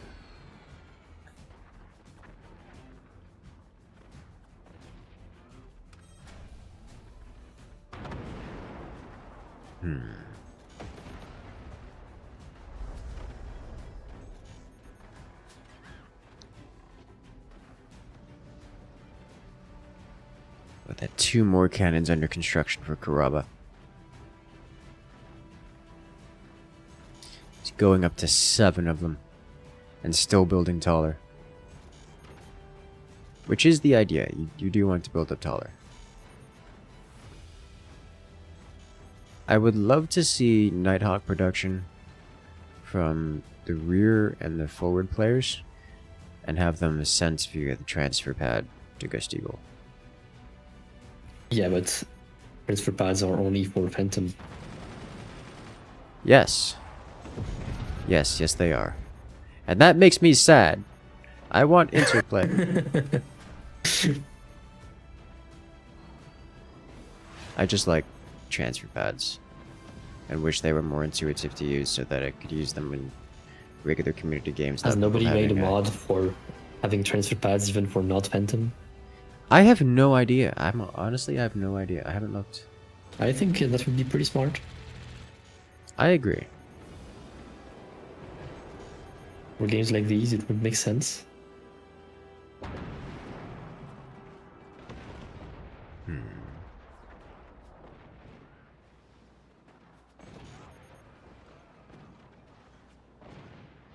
Infinity getting pummeled. God, it's just... Oh. The Return to Sender takes out his own Nighthawk. You know, each team really loves taking out... Like they keep aiming for the energy production. Every time. It is a smart move. It is a smart move. Shoot Yes. less often. It is. It does work. It does indeed that.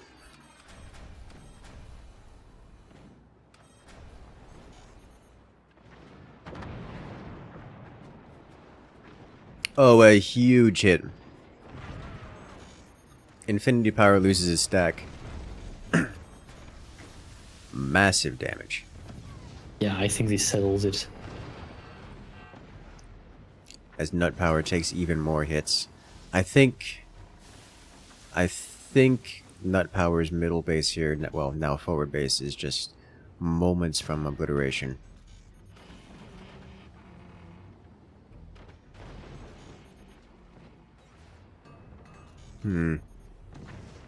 Oh, that hurts. There goes the technology.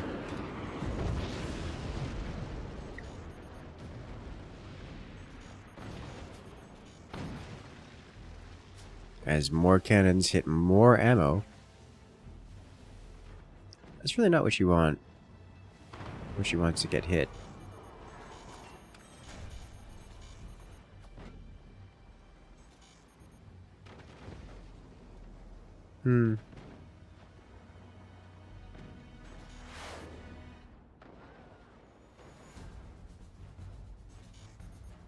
Good thing that Karaba is ready to take those cannon hits.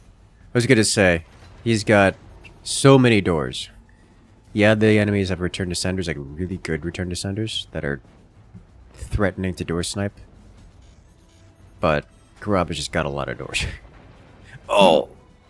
Rip Ghost Eagle.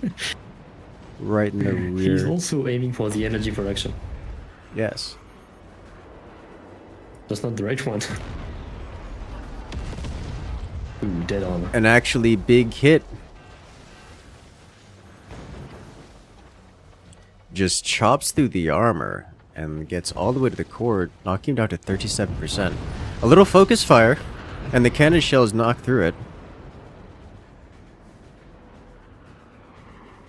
Team Nuts Power Pack loses another core. That fire beam was on for exactly the number of frames necessary to take out that Nighthawk. As only one player remains for Team Nuts Power Pack, and they don't have any weaponry. They have one thunder available. That's it. Yeah, I approve. You know, this is gonna be the way things go. Let's make a submarine.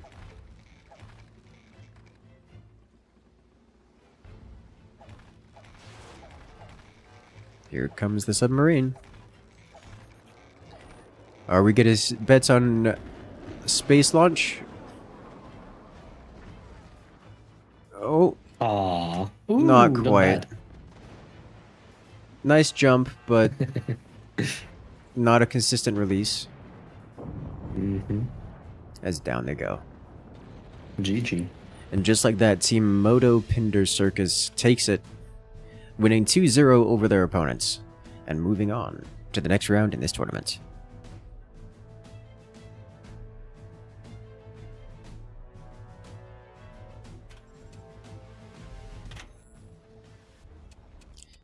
There was just so many good hits across this.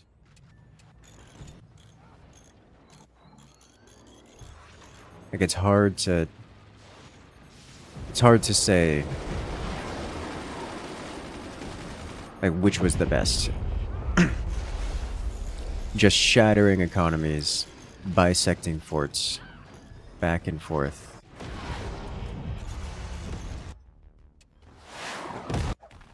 It just doesn't stop.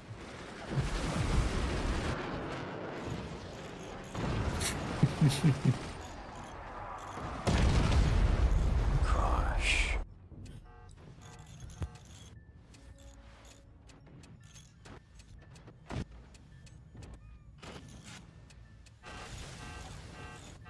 There it is.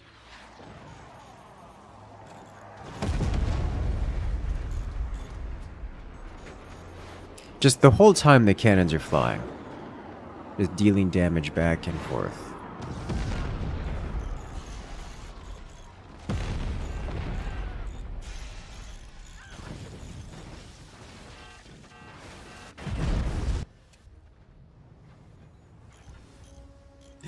Good lord. Well, that was amazing.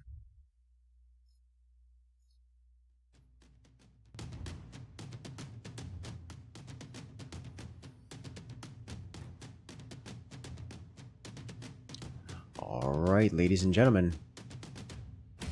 Next up, we have Team Championship versus Rage Bait mode. I think you guys are gonna like this. This is gonna be the all-star fan favorite teams, I think. Oh yes, definitely. The Russians versus the Pixar team. The British, I believe. I believe British, yes. Or English. UK. I don't know if British specifically. I don't know. But yes, UK.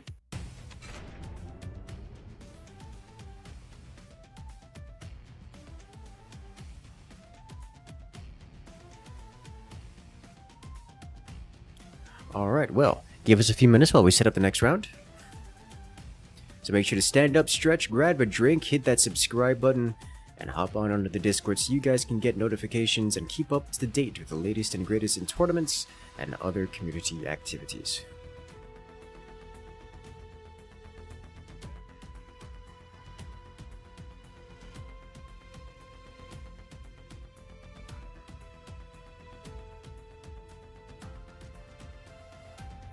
Alrighty then. Gonna take my own advice, stand up, stretch. I will do the same. Have a nice drink here with me. I'm looking forward to this one. My only regret about this match is that it's not in the finals.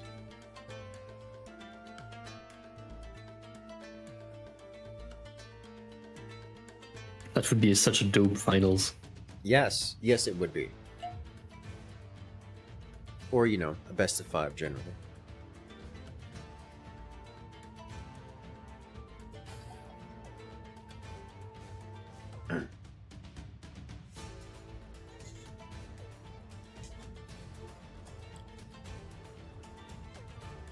Alright, ladies and gentlemen, we are off to the races.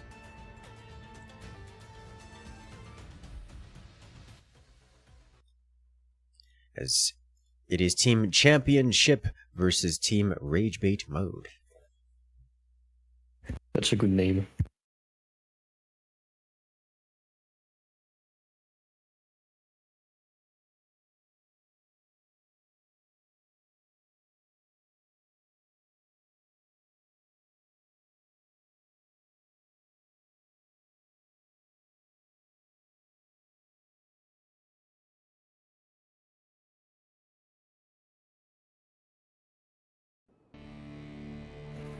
Right?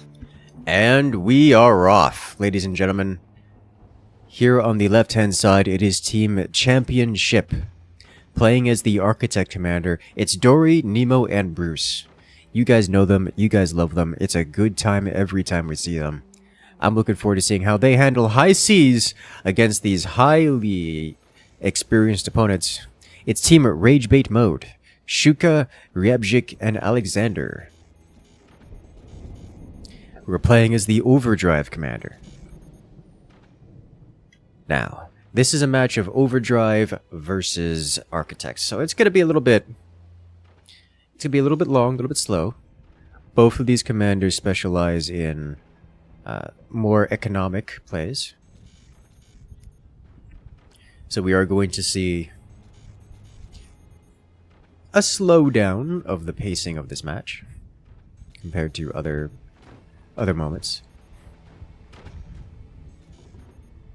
Also, I have a message from Ryabzik. He is asking you to stop butchering his name so bad. There is no J in his name, it's Ryabzik. Ryabzik. Okay. Thank you. Yes, very good. I mean, you have also said Pile a bunch of times last game, so I don't expect this to stick anyway. Yeah, God, it's not Pile. I It's will have Peel. tried. Yes, thank you. I Ryabzik. am sorry.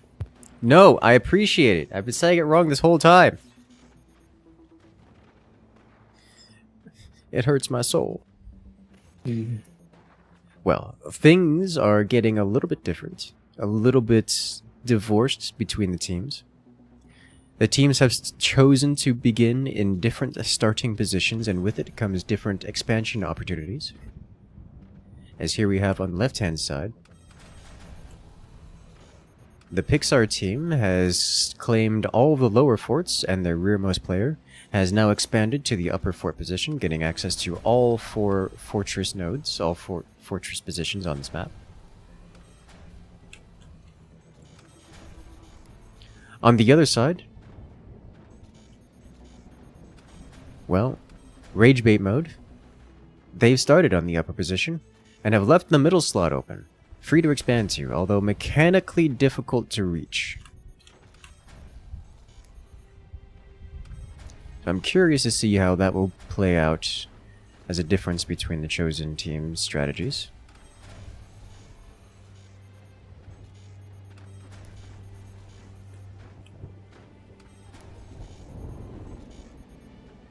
I mean, I suppose they have been upgrading their eco much faster, which will circumvent some of that discrepancy. Sure, but that's not a long-term solution, No, of course. as Championship here on the left-hand side is absolutely going for a max upgraded economy as well. And they will just have more.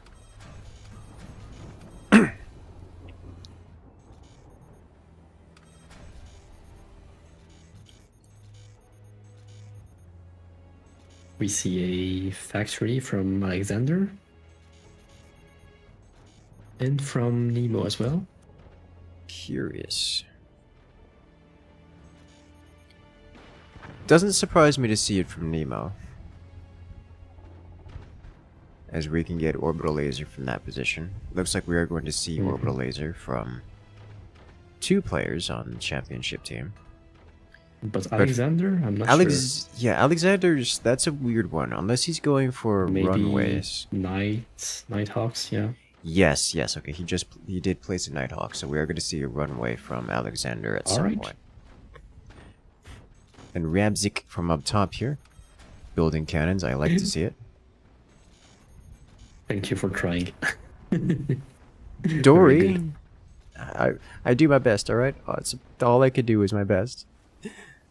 Dory in the rear is also going to be going for a cannon stack, but because Dory didn't start in the rear fort, can engineer the entire expansion as a cannon stack, a dedicated cannon stack, which means that's gonna be a nasty cannon platform there.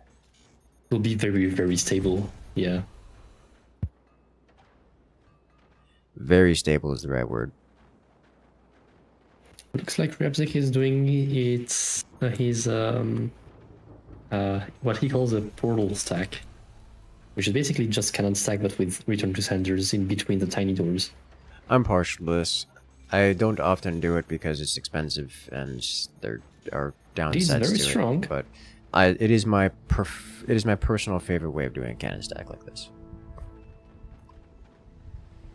It is the latest cannon stack development, and it is quite cool. Yes. I usually do the return to senders at an angle. I've never done them flat like this. I think he's doing his next pair at an angle as well. Yeah, the But angle the first just... one, because it was just like that, it had to be straight-ish. Well, things are kicking off. Space laser dealing incredible damage. Shuka just getting bisected and Destroyed, executed. Wow. Now, that is the ideal space laser experience, at least for the aggressor. That's what you want your space lasers to do. Assassination at this point. Yes, that's exactly what it is. And we're about to see it, but again. As Nemo's space laser is coming online. Actually, I think they're gonna be... I think it's gonna time out such that Bruce and Nemo will be able to fire again at the same time. So we're gonna see double... Cool. It is. So we're gonna see double space laser landing, or at least fired at, Rage Bait mode here next.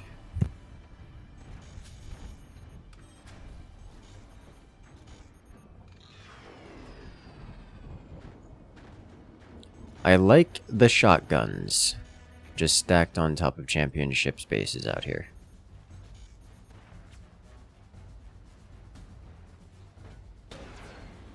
Oh, space laser fires. Shotgun takes it out.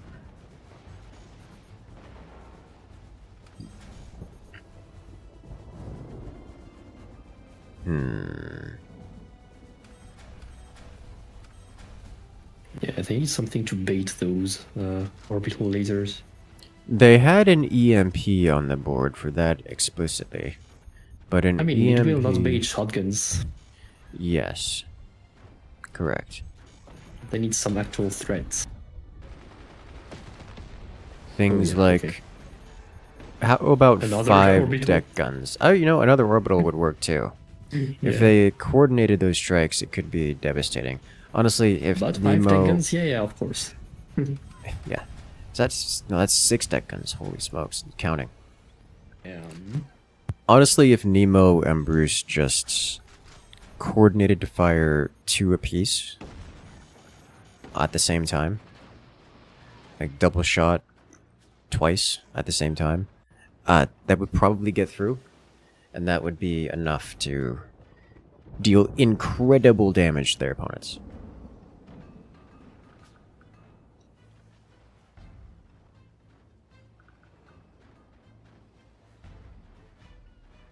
Meanwhile, Ryabzik's cannon stack expands. Yes. As it should. And Bruce with a perfectly timed fire beam. This is one of my gripes with the portal-based cannon stack and why I don't use it very often. It's just expensive. Like Rebzik. Focus. There we Focus go. laser. And it hits. Oh, but it hits Hits early, the water. so Yeah, it yeah. misses. That shotgun gets a little bit singed. Just his eyebrows. Just the eyebrows.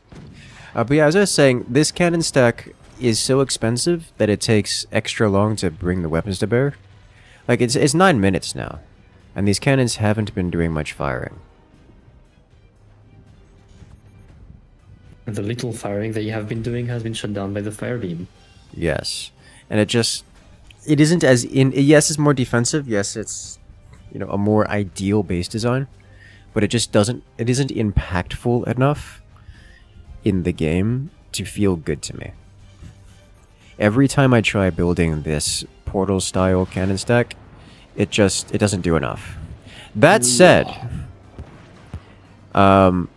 merging it with a Magna Beam and blindsiding your opponents is always effective, regardless of how slow it is.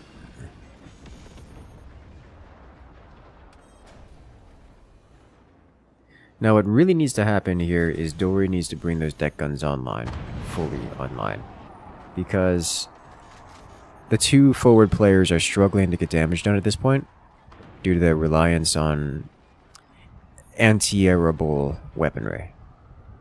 Now, Dory does have anti-airable weaponry, and is also relying on anti-airable weaponry, but applying the amount of pressure that these weapons represent, or contain, should be enough to make a difference here, as now Nemo gets hit with the wraparound Magna Beam shots, and is knocked out of action. And then no energy left.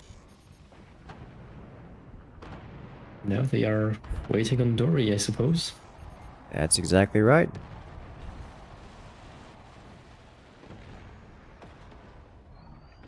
Ooh, a swing and a miss. Not quite aimed well.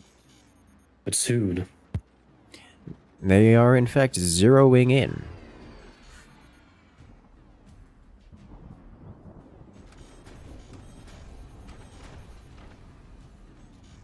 Look at that.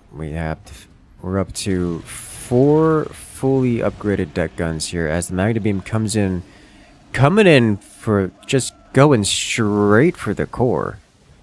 Doesn't quite get it this time, but the Nighthawks are here to play. Oh, that was like the best case scenario for Nemo. Oh, but there's more, and those will be better aimed. And there's even more. Surely that's it, right?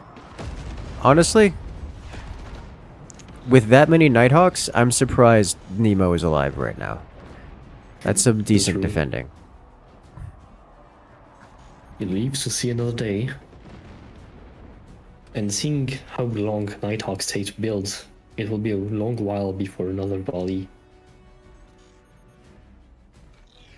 Which is for the best for Nemo. Oh yes. Oh yes, absolutely. Team Championship generally needs time to recover from the damage they have sustained. Whereas Dory is looking to deal as much damage as possible.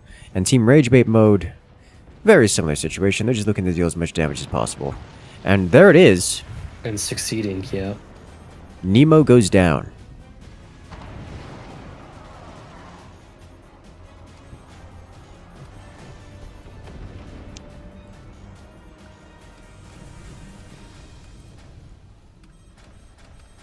It is quite a good comeback. I mean, they were down 1/4, and now they have evened it out. Oh yes. And I think they are actually in the lead. As much as that Gigafort in the rear for Team Championship has just a stupid amount of firepower, I think it isn't. And yeah, okay, I was about to say. Oh, I was about to say. It isn't sufficiently well defended to take the slogfest against the cannons. The cannons are just going to be more consistent.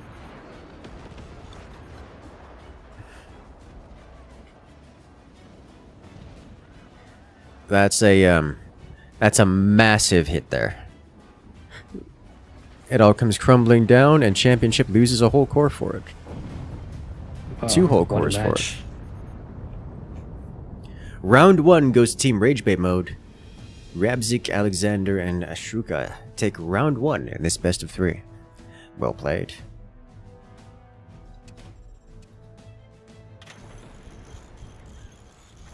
We gotta see this shot over again here.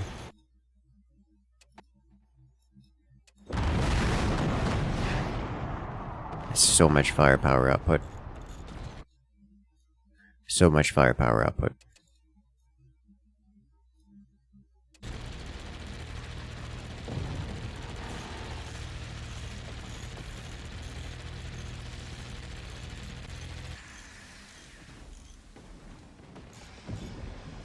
As it all comes crumbling down.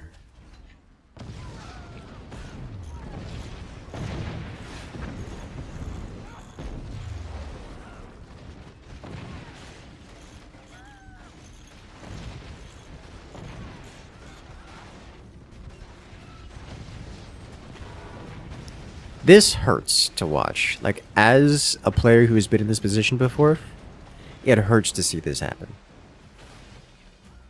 But it's so satisfying to see it happen.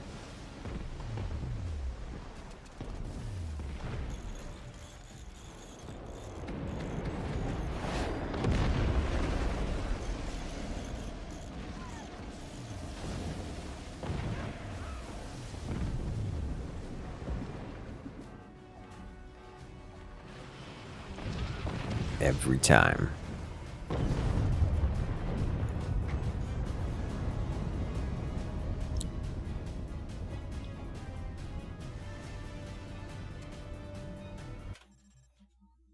Well, that was amazing. I want to see that again.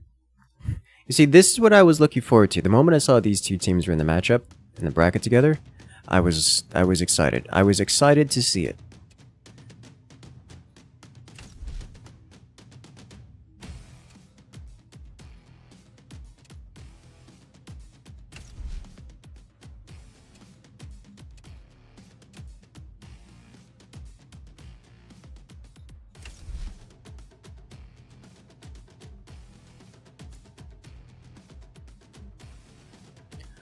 Alrighty then. We're setting up the next round. Should be there momentarily. Hello there, Ragebeard the Red, coming in with the resubscription for 15 months. Thank you, thank you. Enjoy all those wonderful emotes on the channel as well as on the Discord. Glad you enjoy. It's nice to see you around. 15 months is a large amount of months. It is, since we started doing Twitch stuff. That's good. It's very good. I like it.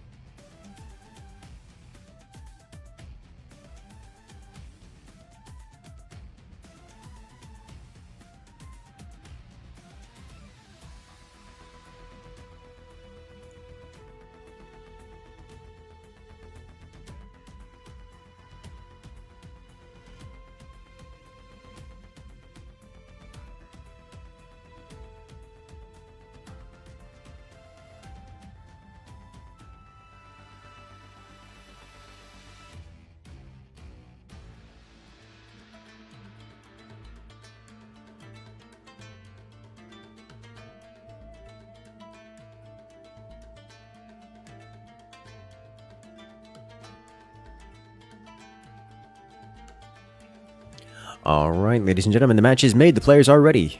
It is time to jump into this next round.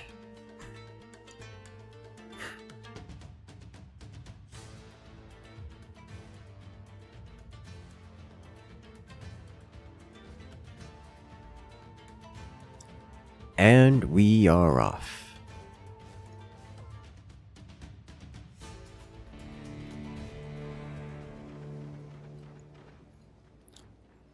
Here we go.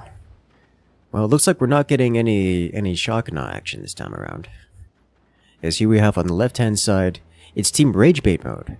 Winning their previous round in spectacular fashion, it's Rabzik, Didn't Shuka, and already Alexander. take overdrive?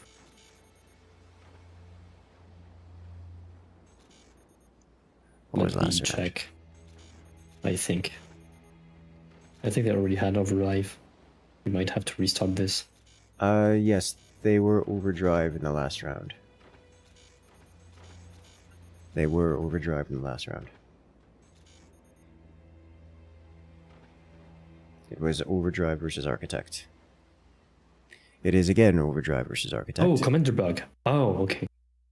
Oh, interesting. Okay.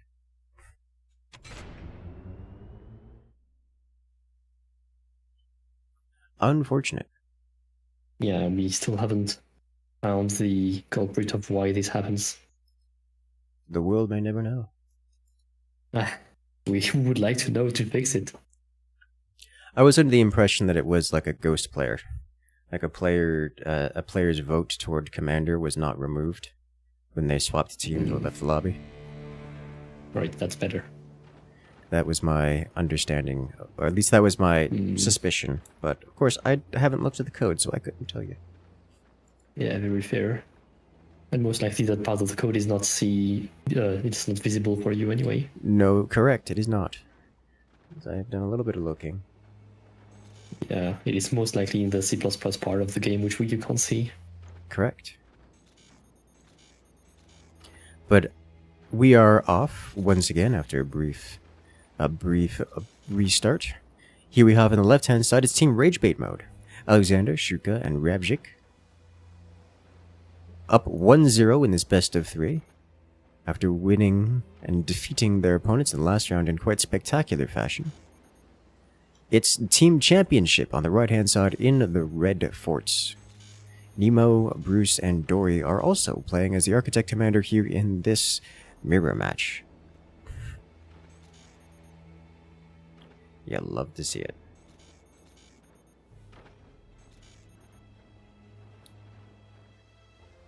So this is a mirror match. It is also an Architect versus Architect mirror match. And Architect build orders tend to be kind of greedy upgrade style, early upgrades, early economic upgrades, because they can get away with it. The extra build speed attached to Architect's commander ability means that they can afford to get risky, take a few hits, and then just react to whatever their opponents are doing.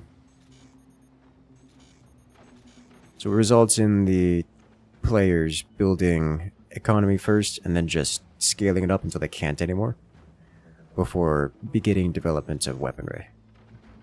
And given that both teams are likely to be doing that, we're going to be here a few minutes. Alright, Dory, what are you... Oh, Dory's going for an adventure.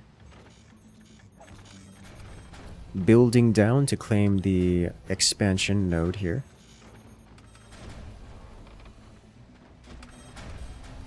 I like to see it. That just makes me want Team Ragebait to build some buzzsaws and disconnect that. Because they can. A nice EMP. Rabzik is shut down.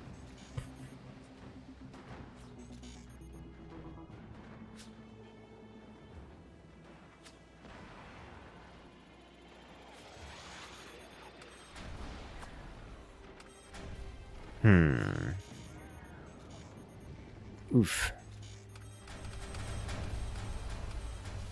EMP sniped. A good shot with that sniper.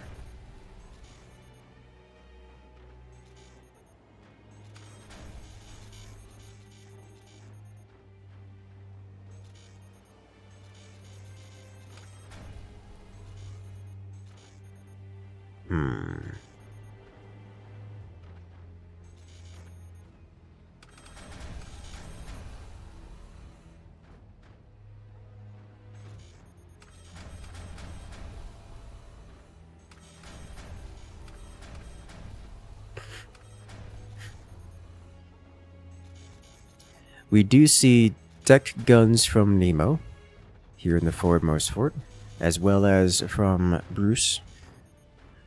Both of the bull forts, little pool forts down here, the championship team, are running deck guns. We do in fact see buzzsaws.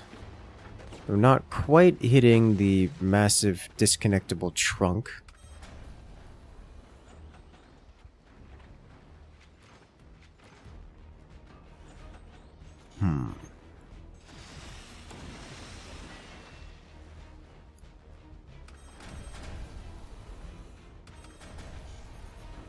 I like the triple shotgun from below with the buzzsaws. Dory defends against it. I would like this. He's definitely trying to snipe out that core. He actually almost gets to the core with the shotgun. But not quite. That looks. This reeks of dedicated cheese. This looks like this is a practiced cheese that Alexander has attempted to pull off here. It just hasn't quite made it. Hasn't quite worked out this time. He has to try. Because a very the nice would be try. Huge. Oh yes. Oh yes. And he's still developing energy weaponry along the way. So he's going to be still a meaningful participant, despite going with a very heavy cheese strat. On this left-hand side here, the tactics are revealed. It's a plethora of cannon stacks out of Team Ragebait mode. Whereas Team Championship is just laden with deck cannons, deck guns of their own.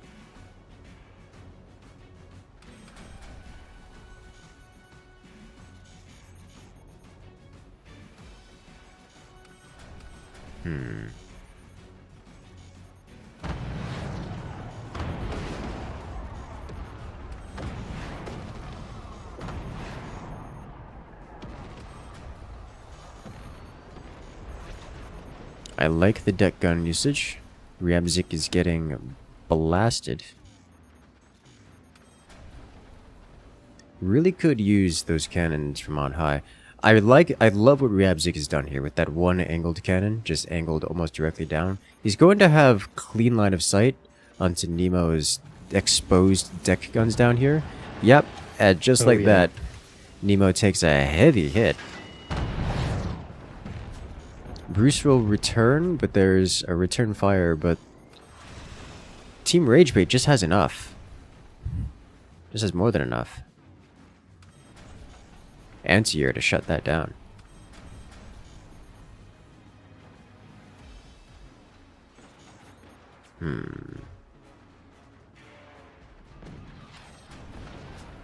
Yeah, that one cannon from Ryabzik is going to be absolutely atrocious to handle.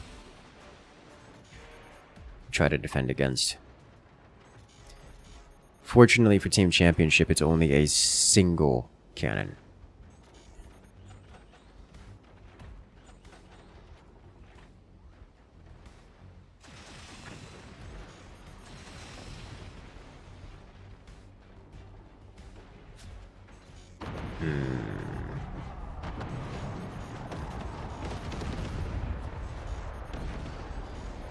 Oh, a massive hit. And that's it. Oh no, the worst case scenario. Actually, that's not the worst case scenario. That could have been so much worse. Ryabzik is knocked off his foundations after a cluster of deck guns knocks him off the sky. Ryabzik is able to join his teammate here.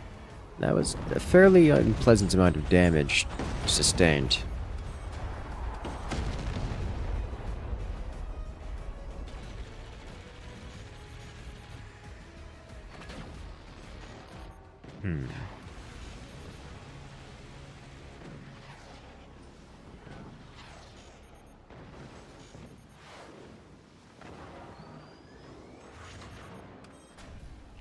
Alright. Let's see how this goes. Dory is just festering up there. Chunky boy. just absolutely growing. Just embiggening.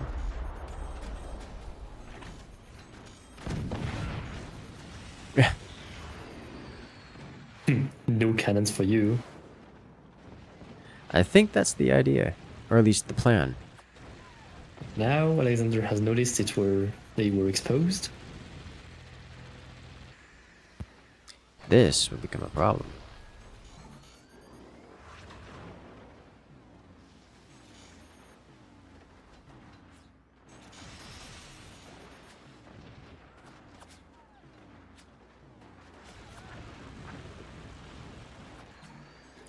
Alright. Yeah, this was to be expected. The sniper's coming out. Actually, take out one of the fire beams. The other fire beams are eventually protected.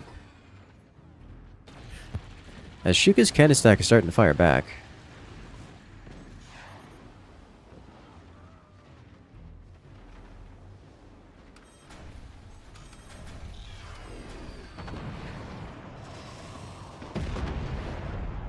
Here comes more. Shotgun's enough to shut them down for now, but there's just more where those came from. Especially if the red team here on the right managed to focus their fire against a single player, they might be able to punch through and get some hits in. That said, those fire beams actually did some real damage there to Shuka. Just penetrating through and hitting the internals, the behind bits.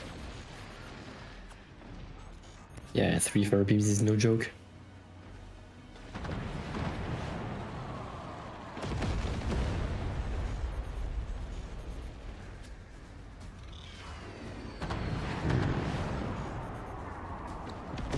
Another round of deck guns.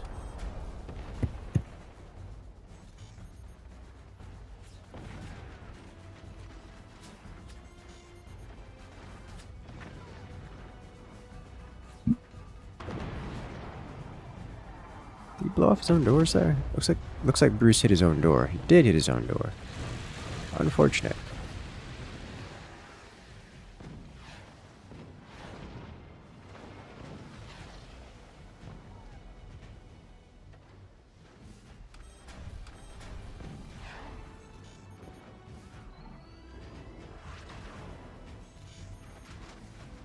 As here we go once again. Shuka adding in another cannon, going up to 5 cannons now. You'd love to see it. I would like to see Dory add in a couple plasmas, not just standard fire beam, or not just the fire beams. While the fire beams are good, they are great. They are certainly keeping players in the game for defensive reasons. This is a lot of damage. It's a lot of damage.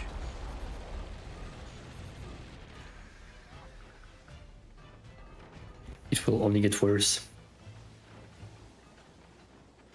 Yes.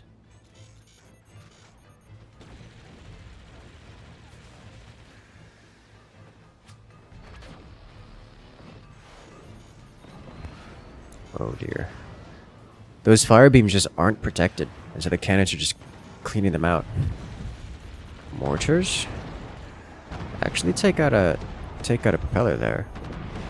Deck guns land. Oh. Oh. Don't tell me that one mortar caused a capsize. Don't tell me that. What's the replay? Don't tell me that one mortar landing caused a capsize. That would be typical mortar. Who would win? A huge boat or one mortar? The answer to that question has been the one mortar far, far too many times. But surely that mortar couldn't have done it that time, right? Surely.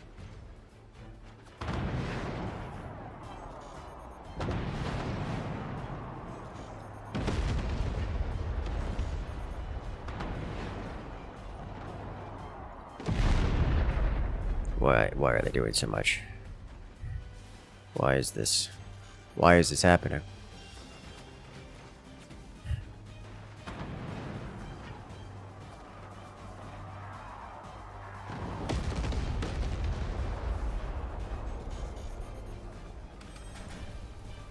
Alrighty then.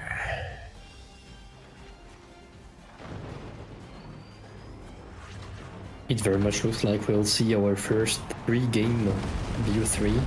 It does. It does look like that. Which makes me very happy. The sniper just trying to just sniping the mortar shells out of the air successfully.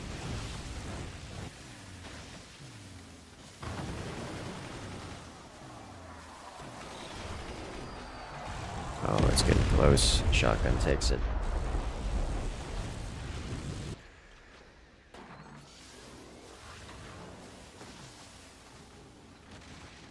But how much longer can they sustain this? Team Ragebait mode doesn't have any weapons remaining. They're relying on the snipers to try to get damage done. And they're picking off fire beams, but fire beams do not break the bases. They need to do more than that. And there's, frankly, just a lot of incoming firepower all over them.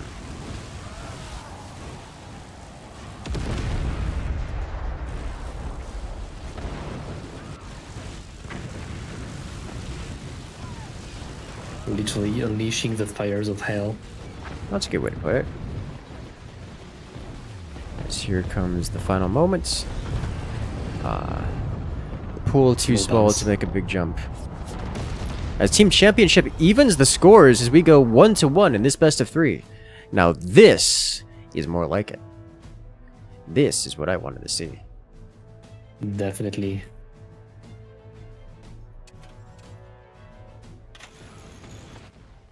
Alright. We got some moments to check out here in the replays.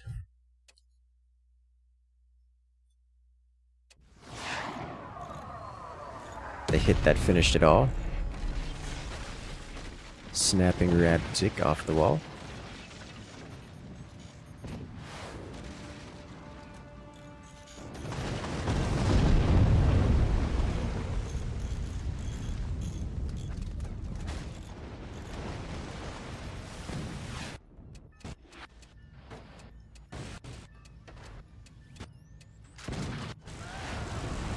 Alright. Okay, no. It wasn't the mortar, although it was mortar inspired. I guess you can kind of count it as a mortar kill. He just collapsed himself. The mortar hit, he tried to defend against the mortar. Yes, yes. A TKO perhaps. He tried to defend against the mortar, and the extra armor itself was just too big, too heavy. Caused it all to capsize over and ended it. Classic. That's usually the tier 3's job to do.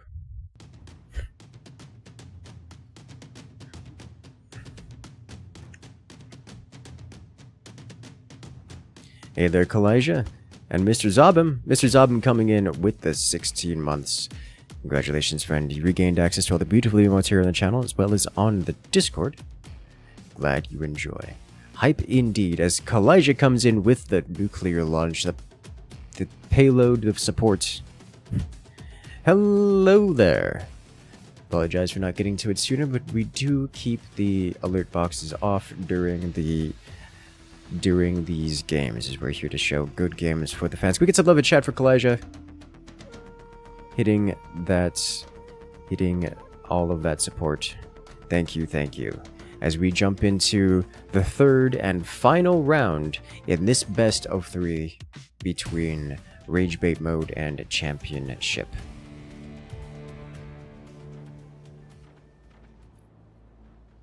And we're off. Oh. Alright. Quick restart. They need to stop doing that. Oh, Lord have mercy. Why are they like this? At least they're fast about it. Yeah. If only. Oh wow. This is the kind of cats I have to deal with on a daily Get to basis. see the behind the scenes, the chaos of it all. Well, Now we're off to the races. As here we have on the left-hand side, in the blue forts, it's Team Ragebait mode. Shuka, Alexander, and Ramjik are once again playing as the Architect Commander, trying to make up for their failures in the last round. They're up against their opponents in the right-hand side. It's Team Championship playing as the Moonshine Commander. I like the Moonshine Commander, and I like it a lot, especially in high seas. Both of these teams here are looking to claim victory in this round, and in this round, claim victory in this match, as this is a best of 3, and is the tie-break round between these two teams. The winner will move on to the semifinals. The loser will be eliminated from this competition. And honestly, I'm sad that either of these teams have to go. I love watching both of these teams. So true. But if I had to pick, I would still pick Championship. Alright, Chad, I want to see it on you guys. Which is your favorite team? Alright, poll time. Poll Let's time. go. Absolutely poll time. I'm going to vote on this one for once.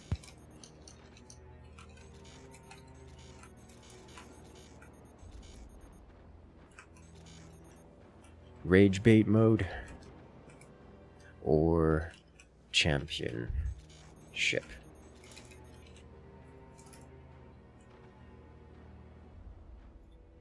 Send it.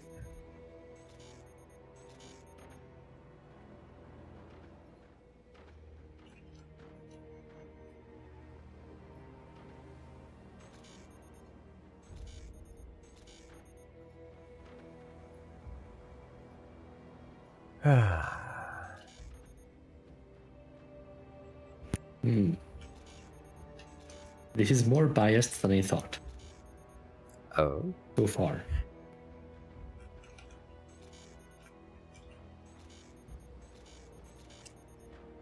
So it would seem. And I'm all... Everyone upgrading everything all at once. Oh my god. Just making sure that they can't count. I mean, it works. While Dory is making himself some pyramid. Oh my. Well, What both will teams it are host? going for relatively similar patterns of heavy upgrades first into weaponry later. We are seeing an well, that's funny. This is Ragebait. It is. We are seeing an orbital laser from Bruce in the frontmost fort for Team Champion. We do see boats, I mean aircraft from Nemo in the middle bowl here, middle pool here. And I assume it's going to be standard cannons from Dory back here, but we will see for sure when the technology is completed. On the other side, here, Ragebait mode, the Russians, Rabzik, well, going for cannons, I assume standard cannons. Alexander looks like fire beam, plasma beam style build. We'll find out when the weapons are placed. And a surprise to me, Shuka going standard cannons in the foremost position. I mean, cannons are never bad. They're always good. I just, I like seeing many different things. And it's just a little bit strange to see standard cannons in that position.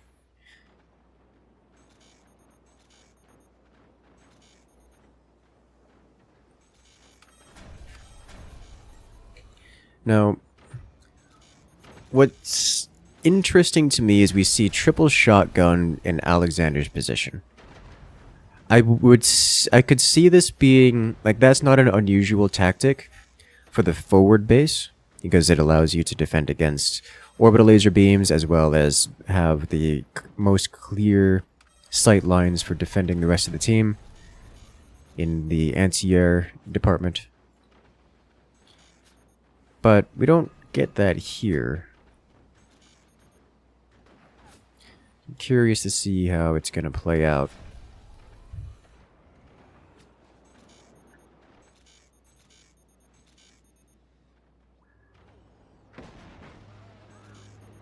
Shotguns doing shotgun things. Just tapping the opponents directly.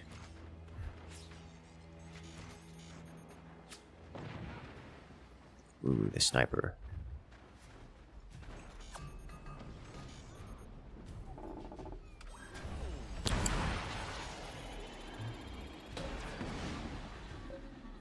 Oh damn. Oh, he misses. Oh, it's oh, is that over?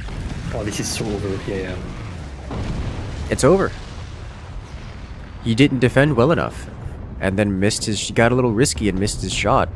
Shuka goes down. Orbital laser rush just does it again. Takes another victim. Another one down. That leaves Rage Bait mode at a pretty serious disadvantage here.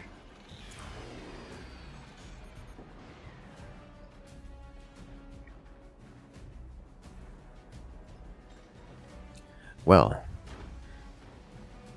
this is about the time when everyone else starts opening fire, except for Nemo here who's going aircraft. While technically Nemo can start launching aircraft now, you want to build up your aircraft count and let it grow before sending them out. Yeah. All the heavy weapons from Team Ragebait are coming to bear now, and actually almost break through and destroy Dory's cannon stack. But now Dory's cannon stack is firing back. It is worth noting that... Active. Yes. It is worth noting that Ragebait mode does have a Magna Beam constructed. So we're about to see some Magna Beam shenanigans. Ah, there we go. The shotguns. Just making sure. Just making sure that that orbital laser is not claiming another life today. Get behind me, Satan.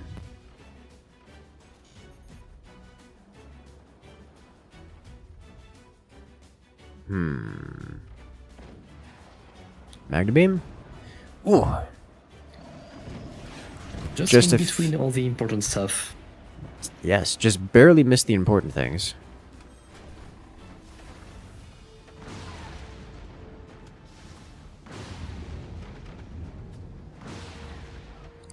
The EMP is so very annoying to deal with.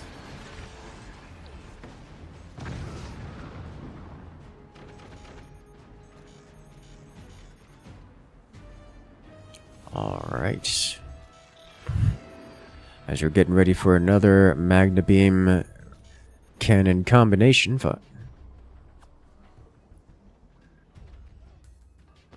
And... do it. You can shoot through the gunners. Oh, sweet. Massive hits. Secondary explosions all around. Oh, that's it. He's gone. Yep. Just clean through the top. There will be no more aircraft in this round. Ragebait mode fires back. After losing a player early on, it is now even once again.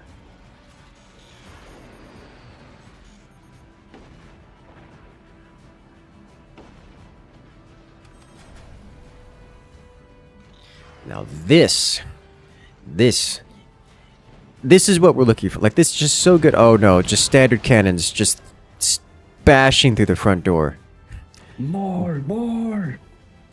More cannons. That's Dory's tactic right now, and it's a good one. It works really well. But here, Ragebait mode isn't relying on these just attritional style shots. They're instead trying to get fancy with it, and it's paid off for them as a door snipe comes through. Ragebait mode. It doesn't feel good at all, but honestly, that did less damage than I expected it to. But they will be coming for more.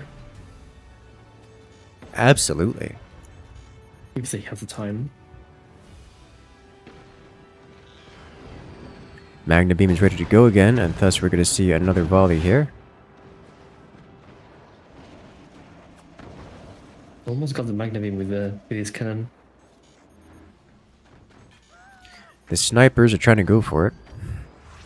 They are defeated by solid walls.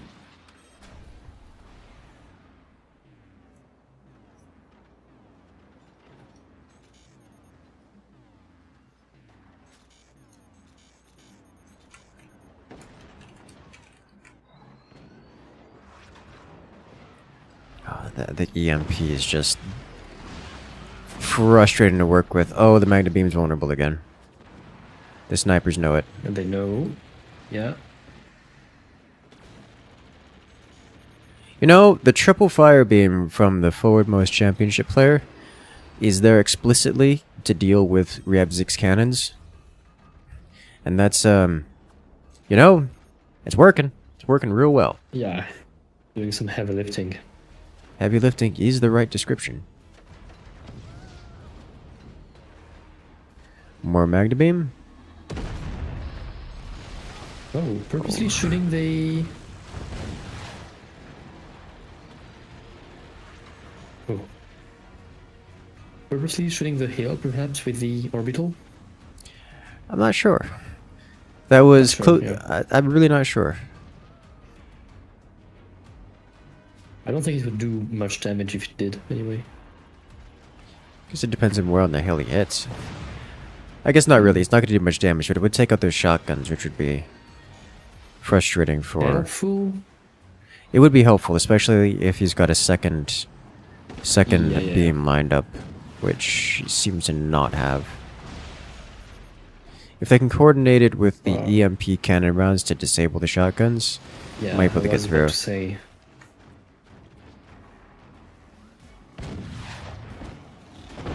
Oh, wow. Oh, that's it. Those cannons over penetrating him and slapping him into his core twice. Oof. The Magna Beam plays recently have been top tier and have shown their faces in every major tournament or event recently. That's saying something. It will be a tough battle, but I don't think it's over yet. I agree. Those cannons are going to be quite painful. Here's the thing. Ryabzik just has more cannons than Championship. And hasn't had to get fired upon. It hasn't been fired upon yet. Therefore has a larger growth of armor than Championship has. As it stands in a 1v1, Team Ragebait mode, or at least Ryabzik versus Championship, trends toward Ryabzik. If only just. But it isn't just Ryabzik. They have a whole extra player here who comes equipped with fire beams and other cool toys. That is quite impactful.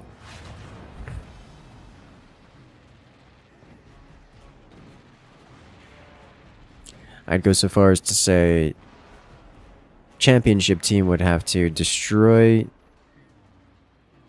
this middle fort, or I guess the front fort now, what is now the front fort of Team Ragebait mode, before being able to get to Ryabzik.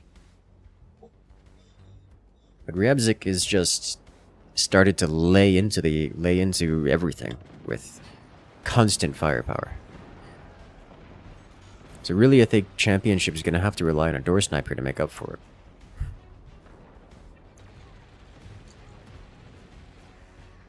I guess if they manage to door snipe the Magna Beam while it's firing, and the cannons of Ryabzik are firing, that would be quite That would be interesting exciting. sight. Yes. I don't think it would be lethal just based on the orientation of things. The but angles. Yeah. that would certainly do a lot of damage. Very painful, yeah. Painful is the right description.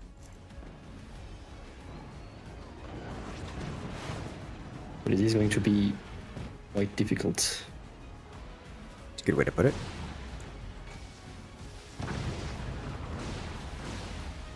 Landing some good shots.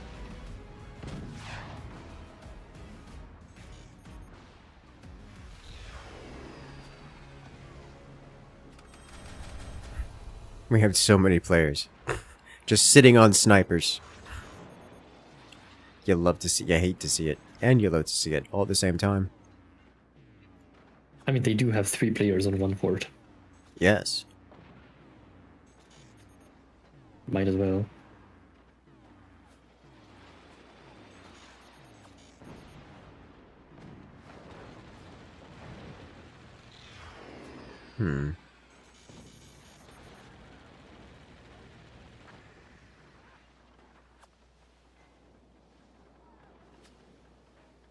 Some return to senders are being added. I do like this. So this is how I usually do the return to senders on my cannon stacks. I see. Mostly because you can build them after the fact. You can add them in. So you can like custom build your tiny doors and then add in the return to senders. They're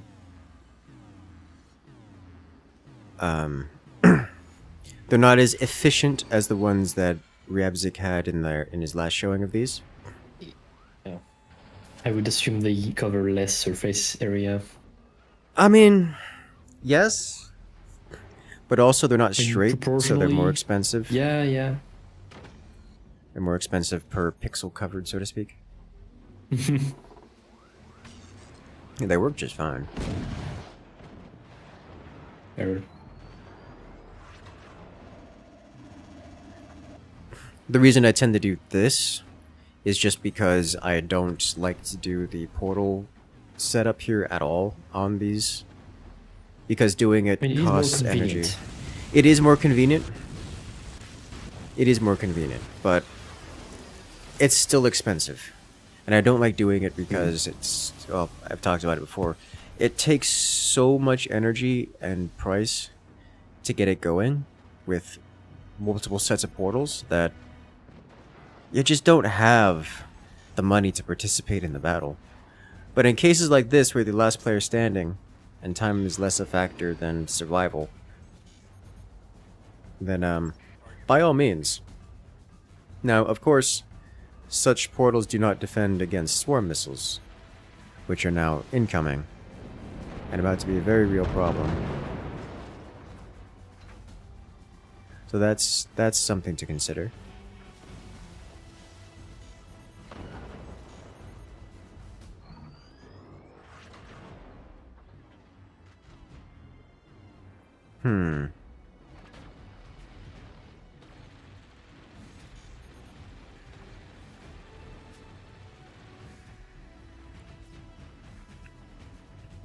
It looks like Hydrate mode is going very slowly on this to make sure to not make any mistakes. Yeah, looks like they're trying desperately to not get door sniped. Ryabzik is swapping to lasers out of some cannons, which is an interesting more consistent decision. Against these portal shenanigans. I guess. You don't have to account for deviation. That is true.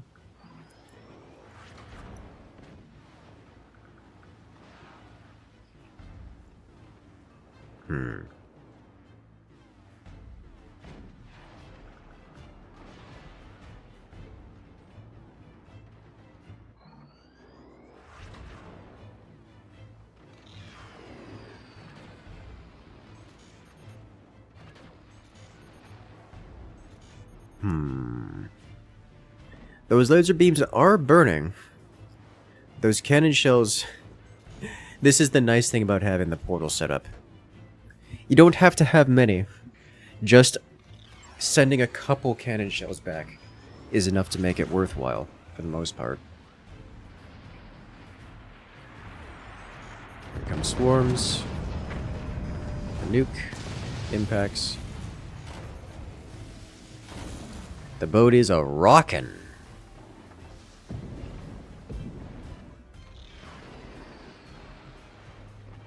Oh. Oh, damn. Internal detonation. Championship loses half of their cannons. That's a lot of damage right there.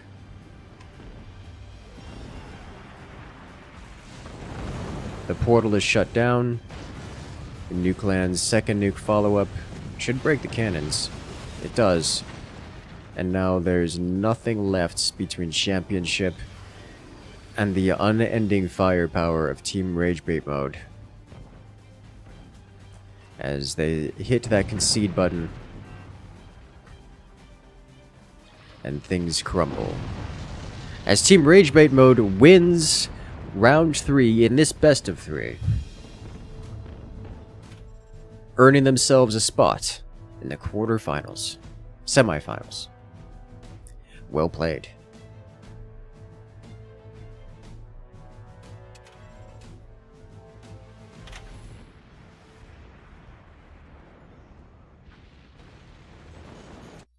That's a lot of damage, is what that is.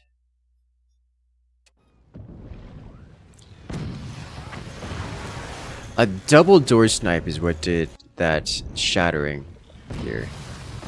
A plasma through the cannon door hitting both the cannon and the runway behind it. Just completely destroying Championship's cannon stack here. Oh, that's brutal, is what that is.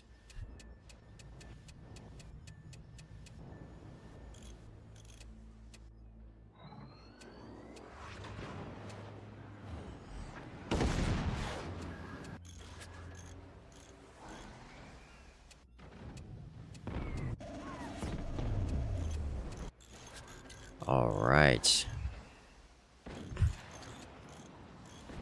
As the wraparound shots of the Magna Beam come in, over-penetrate the core, and go right back into it again.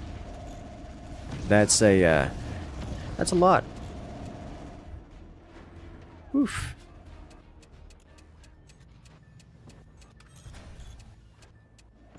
I feel bad. I almost feel bad for Nemo here.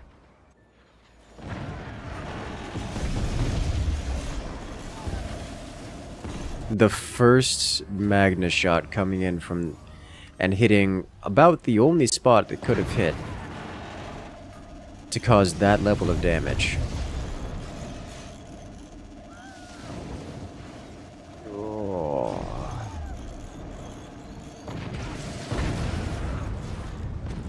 Wow. That's a wild one.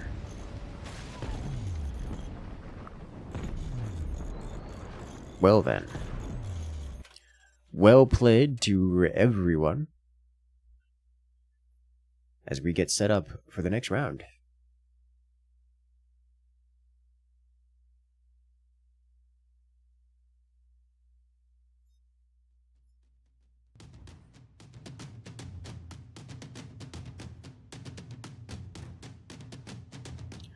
Alright, shout out to Mr. Zobum coming in with the Orbital Strike, the absolute megaton.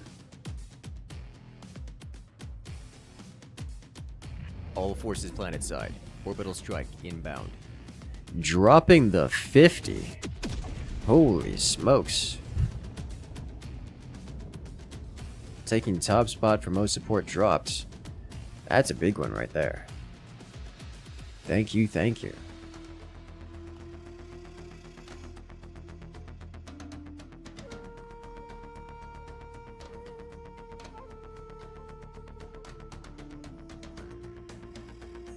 Next up, we have Team Artist in a 1v3 versus Team Greenleaf.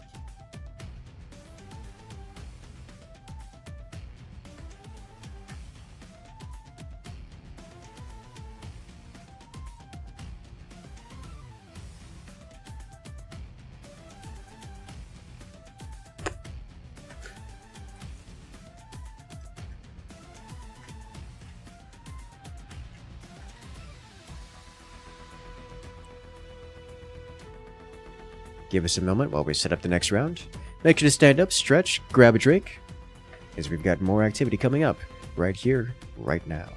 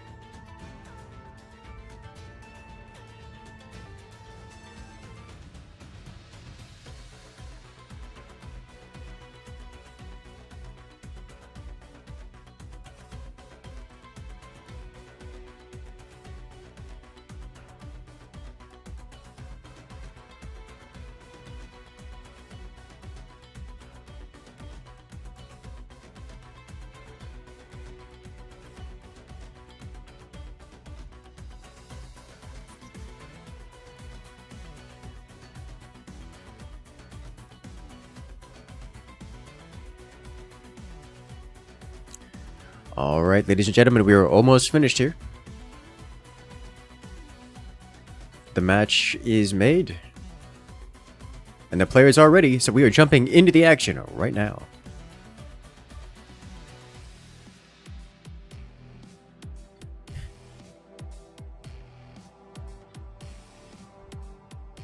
Team Artist versus Team Greenleaf.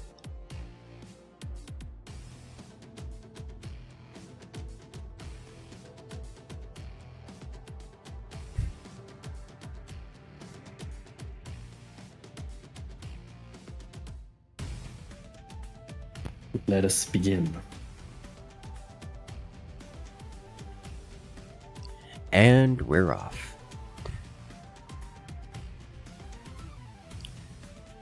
I like these teams. It's a well-known fan favorites on both sides. As here we have on the left-hand side, it is Team Greenleaf. Dranistian, Vicro, and Pan W. They are playing as the Moonshine Commander for that wonderful, horrific EMP effect.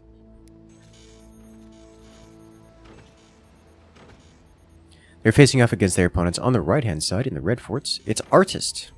Dami, Derbenzin, and Mars are playing as a Spook Commander, like the dirty, filthy thieves they are. Where's Clow Allen is when you need him?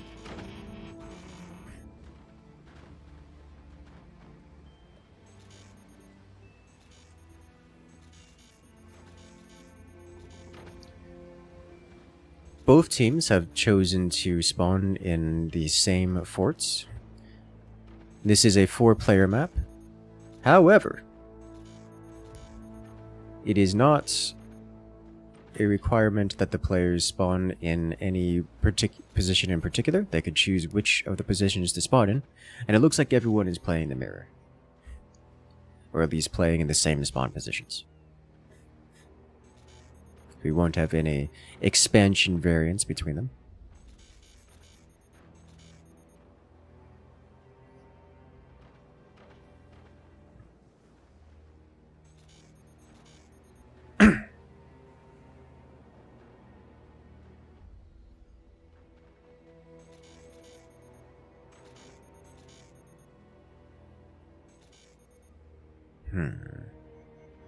So at this point I'm looking for unusual behaviors in the early game.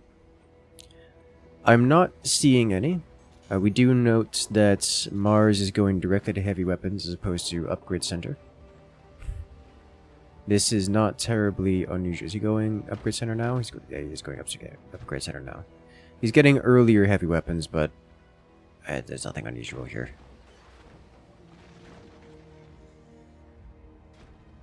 It's upgrades. It's a nice, careful progress through upgraded eco into heavy weapons for everyone involved. You love to see it.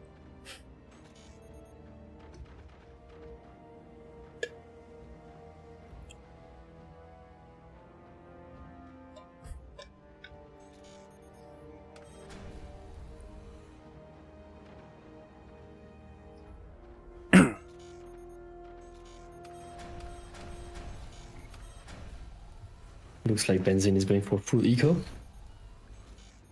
Does not surprise me.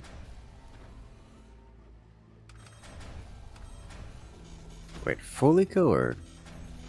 Oh, I see what you mean by expanding to the back. Yes. I was like, wait a minute. Doesn't even have an upgrade center. He's just expanded to the rear spawn position, and in doing so, gained access to additional mine slots. Just, you know, a lot. Very convenient.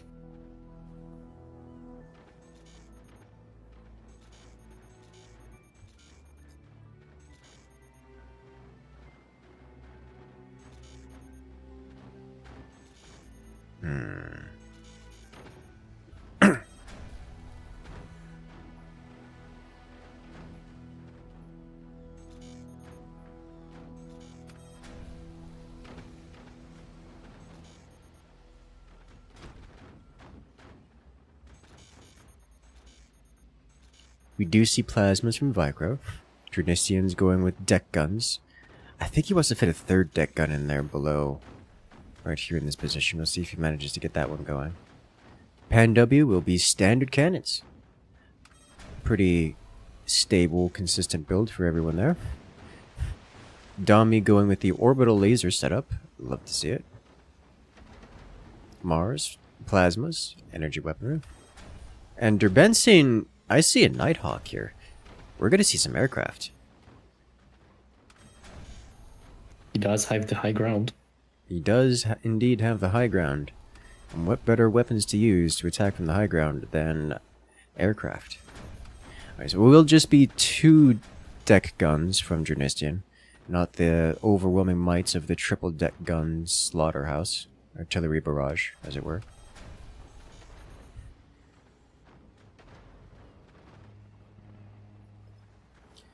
And so this is basically turned into like a treaty match.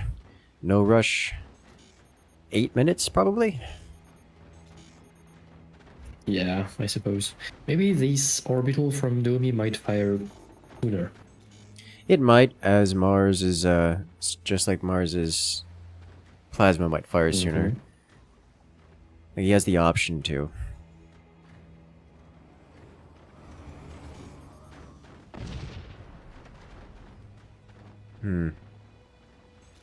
I imagine Mars might fire beam, plasma beam, once that fire beam comes online in a few seconds.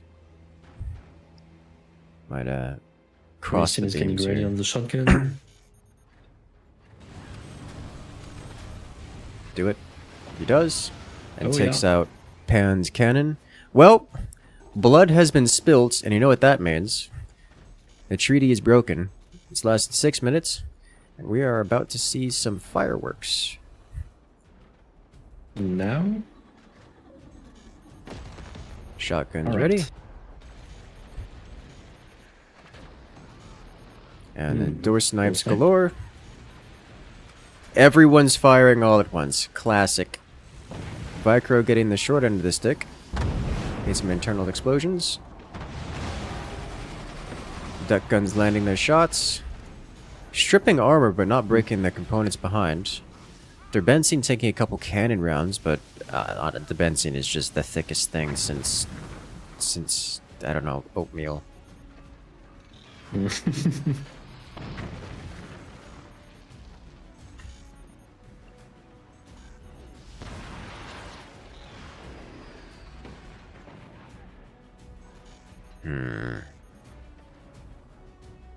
Benzin on his way to become the Great Wall of China.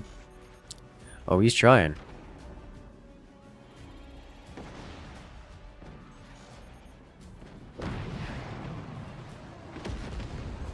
Oof.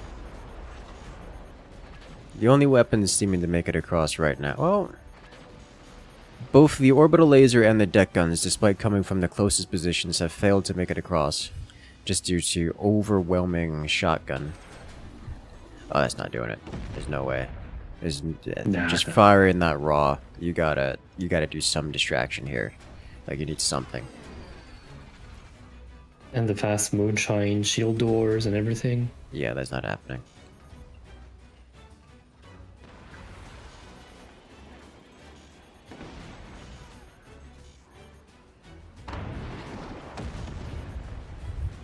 The shotguns just completely shut it down. I mean, good work.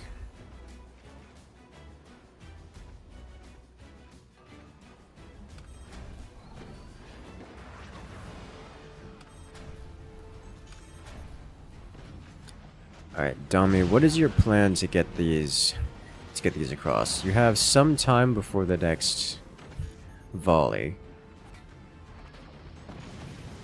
Is it mortars?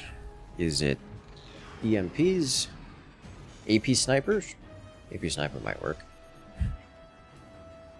But if you're gonna do the AP sniper strat, you gotta wait until the last moment. Which is, what did the AP sniper bounce off that shield? Bounced off of something.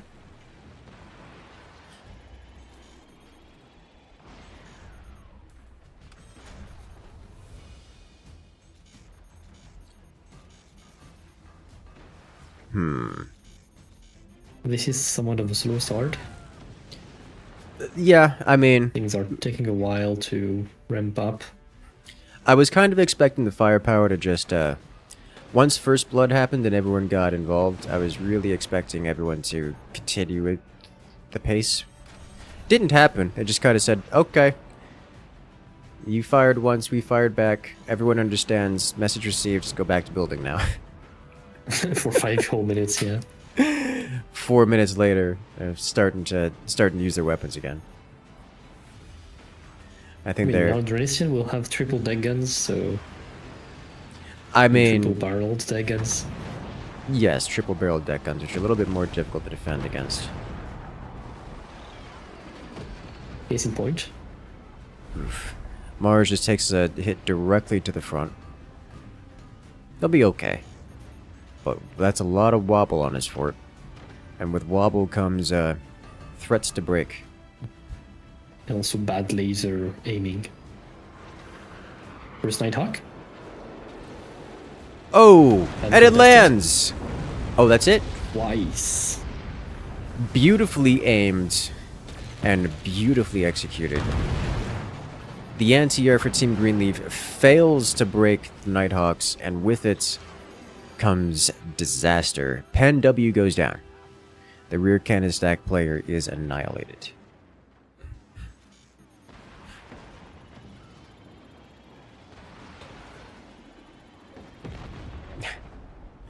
That orbital laser has done a fat nothing.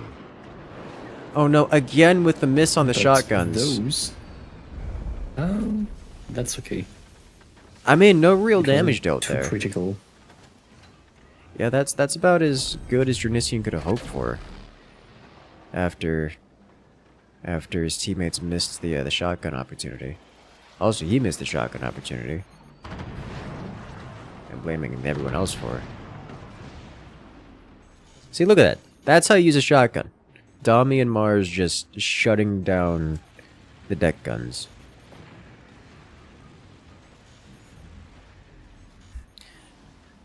That's how you do it. Do you think Mars knows that you can connect down into the water here? And build aquatic things? I think that... he has not considered it, no. Ah. It would be a bit awkward to build propellers there, but I guess you could do it. Could also just support your But fort from down there. Yeah, I guess. That's But you do need the stability to first get there, and he's not You. quite. You could Well, probably not quite just get his. stable enough. Could probably just get a spike down there. Start supporting. Yeah. Like a couple 4-longs might do it. I forget how deep you're allowed to go. Maybe maybe a 2-long and a 4-long on top, below it. Once again, Oh, okay. doesn't make it. Nothing.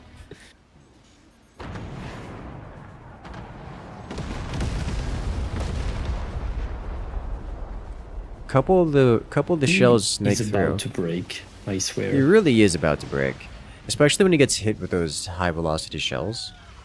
Just the recoil, the impulse on his base is a bit much. The force has to go somewhere. Does. More Nighthawks. Oh, that's a lot of damage. That is a lot of Stab. damage. Something burns. Yeah, okay. I was like, there's no way the secondary explosions aren't cooked off by that one, right? Alright, that's better. That's more like it. Huge airstrike. Drenesian goes down. Now there's only one player left for Team Greenleaf in this round.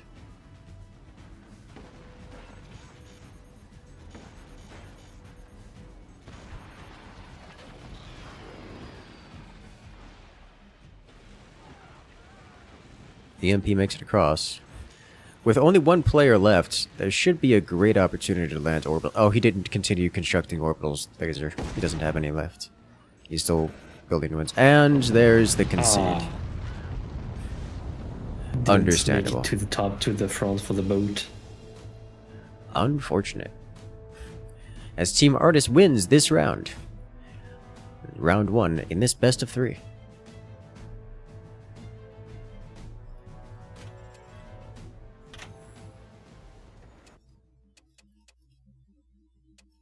that Nighthawk, that coordinated Nighthawk strike was ridiculously destructive. It's just so much damage. This many shotguns, I would have thought the Nighthawks wouldn't have been able to get through. But honestly, the anti-air from Team Greenleaf has been lacking this time. Mm-hmm. They've been letting those shots get through, and it's a problem. It does a lot of damage.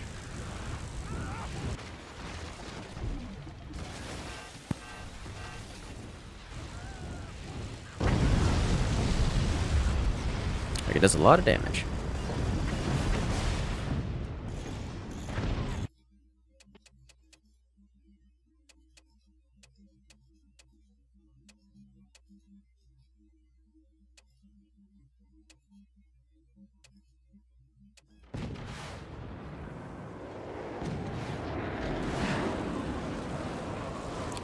These beautiful shots that go directly to the core.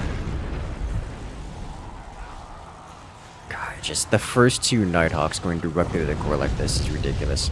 That bomb destroyed the core and then exploded after going all the way clean through and detonating on the mines below it. That's a beautiful shot right there. That's what that is.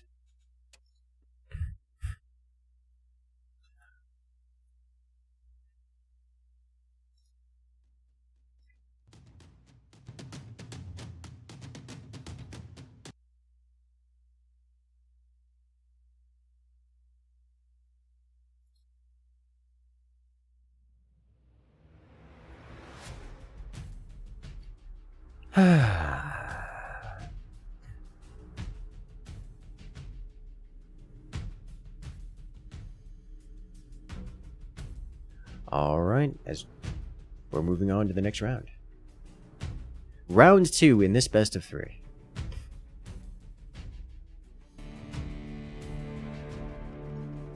And we are off to the races.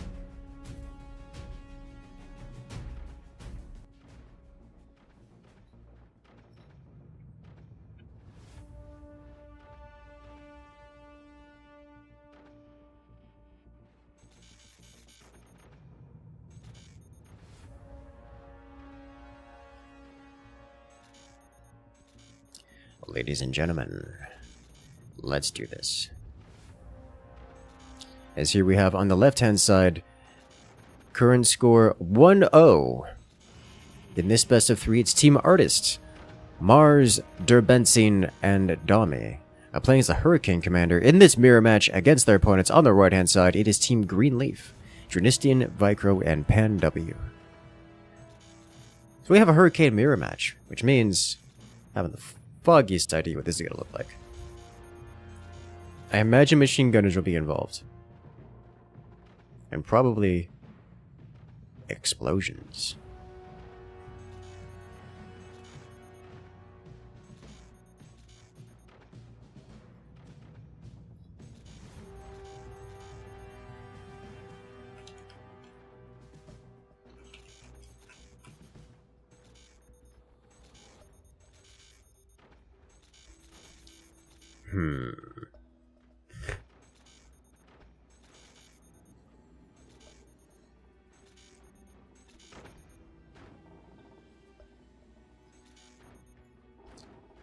So looking for his oddities at the beginning of the round here.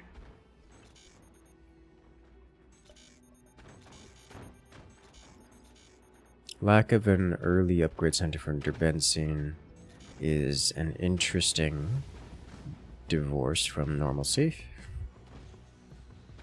We have upgrade centers for everyone on Team Greenleaf.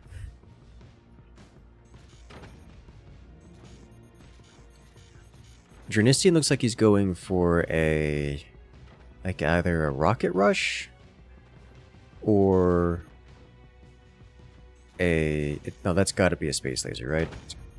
No, it's a magna beam. Oh, interesting. I think we're going to see double cannons from, I think we're going to see dedicated magna beam play from Dranistian, where Dranistian goes full on point defense team tank with magna beams. and the rear 2 players just exist as sources of cannons for the magna beams to slurp.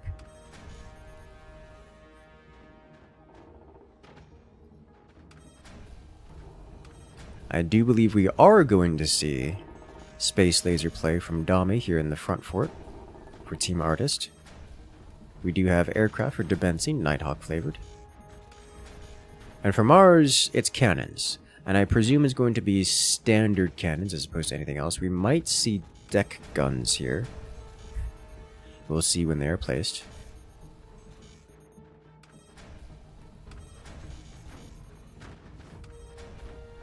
I like what I'm seeing. Okay, so for Team Greenleaf is going to do a whole, like, dedicated magna beam play, and that makes me happy. I like this. I like this a lot.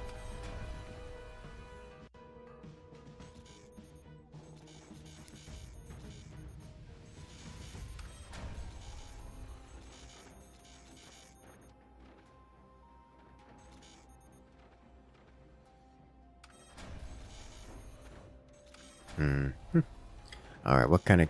Alright, Mars, what flavor of cannons you going for?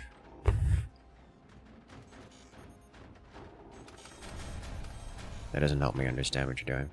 Alright, we'll figure out eventually. It looks like Team Greenleaf might actually be ready to fire their first Magna Beam cannon combo here right now at a Canada clock timing. This could be devastating. If they do this now, that could be devastating. No one on Team Artist is ready for this. They're doing it. Oh, a severed. big hit. So that did a huge amount of damage. That completely destroyed Dami's offensive power here and defensive anti-air setup. But did not destroy the core. We're seeing return descenders added up here to try to prevent that from destroying the core. But the cannons are going again. Oh, another... The cannons are sent too low. They get sucked in a little too hard. So close, so far away.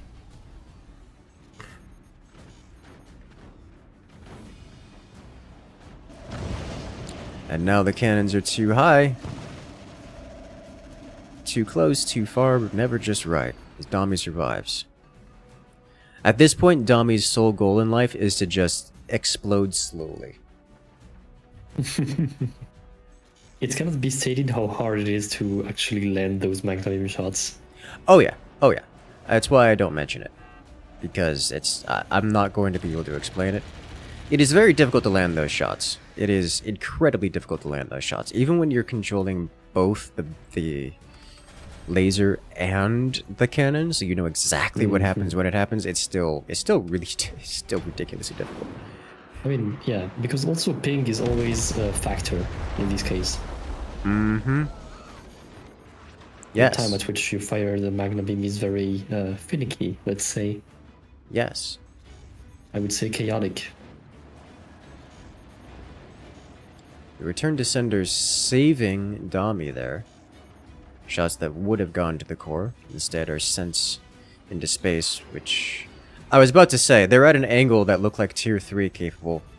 That could have just slammed Pan W here for annihilation. That would have been terrifying. Either way, we do have standard cannon stack from Mars here, who's just going to commit long-range cannon fire. Comes highly recommended. This is... That is the meta strat for this map. You just kind of build a giant, unmitigated cannon stack.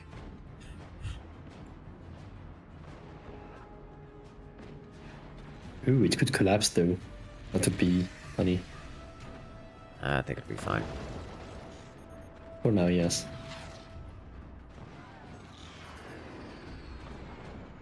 Oh dear. Ooh. This was a very good shot, wow. Yes. Almost sniping out those magna beams. Also, I must mention the fact that Dresden used both magna beams at once there, because it does attract faster if you do this. Yes. Which changes the angle drastically.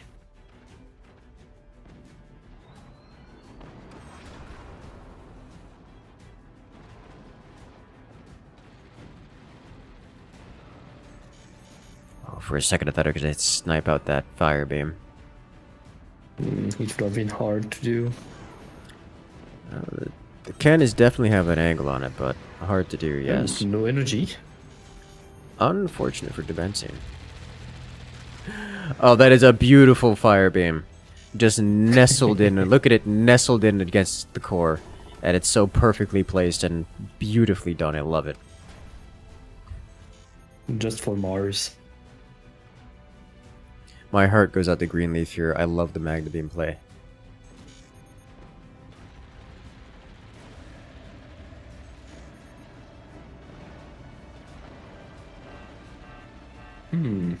Interesting.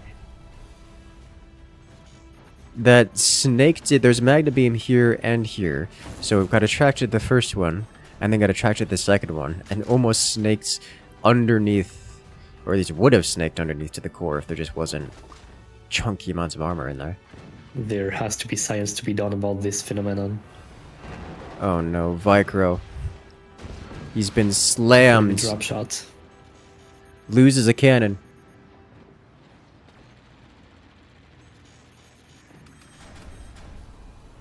Yeah, Greenleaf is being shut down pretty hard by those fire beams. Yeah, they really got to get some direct fire shots into Dami here. Which is difficult when you don't build tall as the rear forts. So here comes the airstrike. Trinistian's armor is breached as here comes another airstrike. Ooh! Saved! Well, saved, but not the third time. Honestly, those two saves were enough for Trinistian to get his armor high enough to survive that. That's close. I'm reasonably certain that even if this blinking strut on Mars's base snaps, that it's not gonna. Okay, he just added a forlong into it. Nah, he has enough stability. Yeah, that's not. Just in case.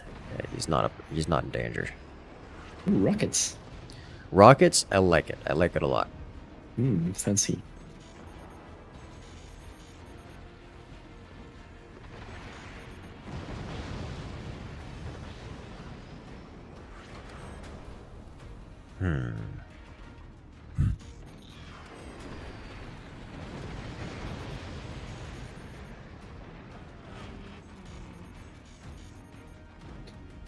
Those kind of shells hitting Derbens, doing decent work.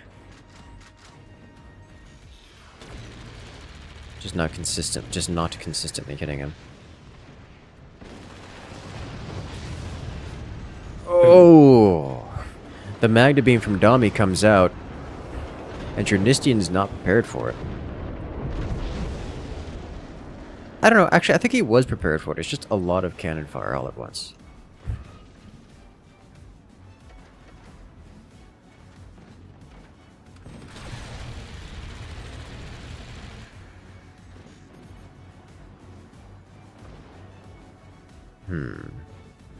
That was a cool bird shot. Ooh! Alright, that was a danger close detonation. Dami taking a close range hit here. Brave pilot, that one. Very confident.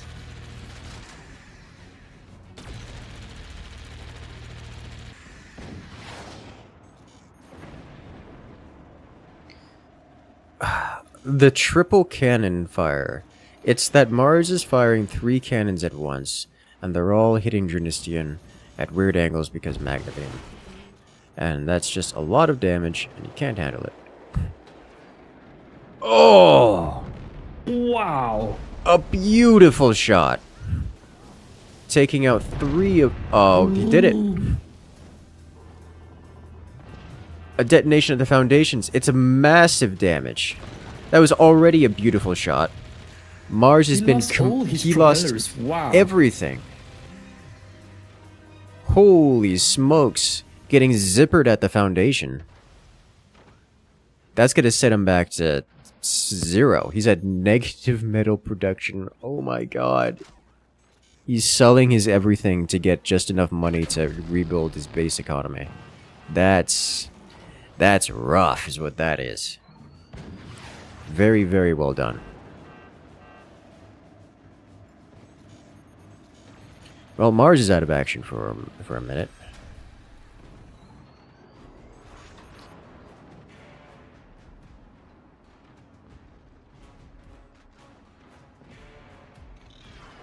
Well, that's a rough world to live in, as the cannon shells are flying. Greenleaf just has a lot of cannons. Like they built them in ways that don't give them angles on their opponent, but they just have a lot of cannons. And what angles they can have, what they do have, just it works. You know, one nice thing about losing all of your mines down there,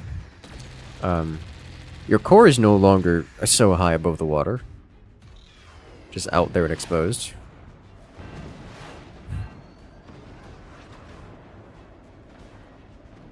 So that's, you know, the silver lining. I don't know, maybe a bronze lining, something less expensive. Mm-hmm. The copper lining. Copper lining. Yeah, the copper lining's good. I like that one better.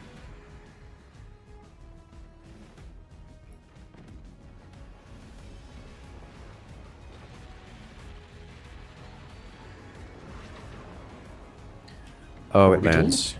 Oh, it doesn't land. I was like, there's no way his anti-air does it. Last moment flak. Saving Jornistian right there. I think Jornistian would have survived, but that is not the world he wants to live in. Not getting hit by that thing. If you ever want to see one replay, there is a good qualifier match between French Fries and another team, where Karaba just keeps surviving orbital shots. Through the most devious of ways. I have been compiling replays for updating the background loop of destruction, so I may have to look into that. So good. If actually, sure, if you have any that you would like to see in the background loop, do send them to me. You know, glorious moments of destruction, because like the meme tournament included a fair few wonderful elements. So I'll be. I mean, I guess you can include this the match we just saw. Oh yeah, absolutely. I wrote it down. I am 100% farming these replays for their goodness. So good. Like absolutely, that is happening. Incursus the replay goblin. Oh yes, I will devour all the replays. Not so brave pilot there. Get good. Blatant skill issue. Yes. I've been missing a good flying game. Might have to pick up a nuclear option. It's just... I have heard good things. So have I. I've seen good things. We'll see. I've heard good soundtrack pieces. That too. I haven't, but, you know, it's hard to go wrong with good music. Speaking of good music, I like how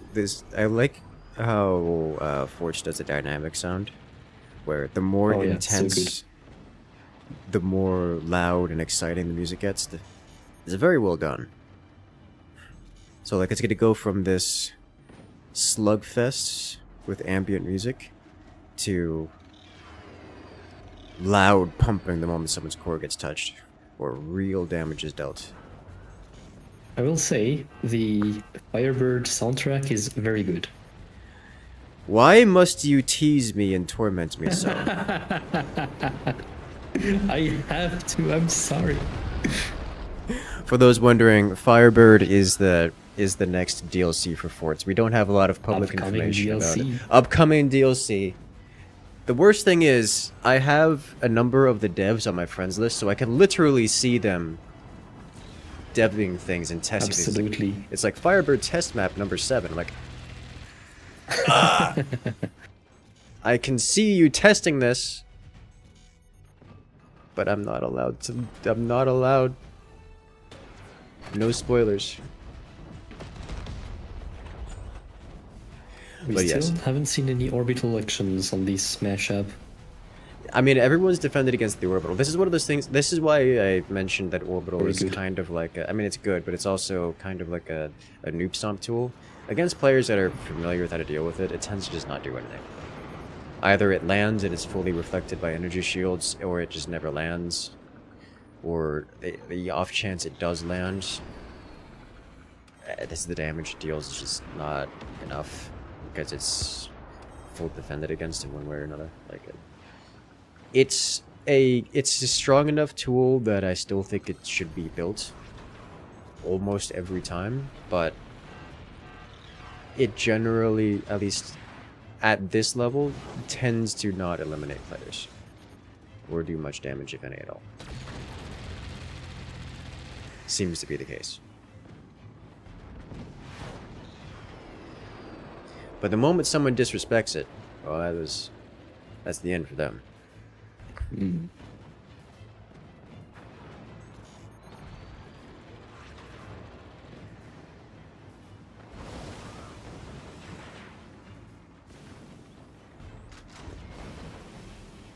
The cannon rounds.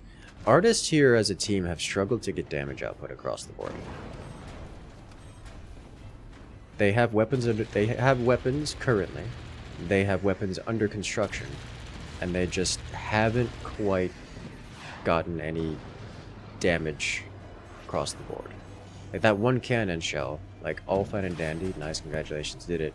That's one cannon shell compared to the 12.5 that have slammed into you within that time frame.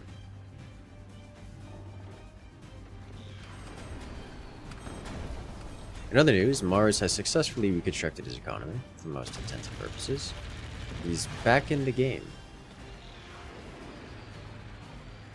He has suffered some other losses with a drop shot on one of his cannons as well. Oh yeah. He's not happy about life right now, but he is a participant once again. And has actually started firing shots again. Mm-hmm. Pause. Salzburg!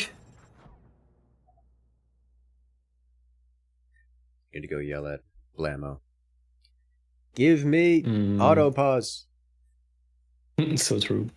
I have already sent the message. On the spot. Honestly, It is ever since up to the them. ever since the network refactoring, the stability of the game has gone down. It seems like there's less crashing, there's less lag, there's less aberrant behaviors, but in place of that, people just get kicked. They just lose connection to the server. I mean, trade-offs. Yeah. So Networking is hard. oh yeah. Oh yeah. I'm unpleasantly familiar with that. Mm-hmm. Oh, nice close shot Juicy. here. Juicy And shot. the Magna beam is detonated, which means everything's going deep.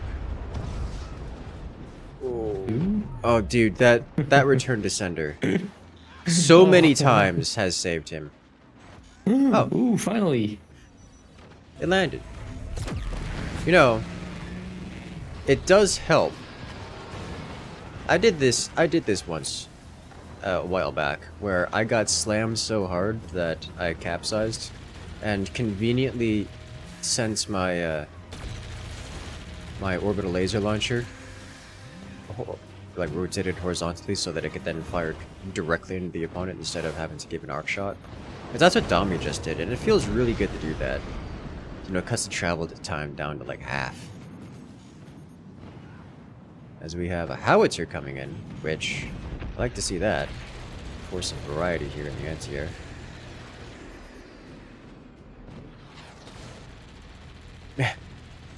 Shutting down all the cannons.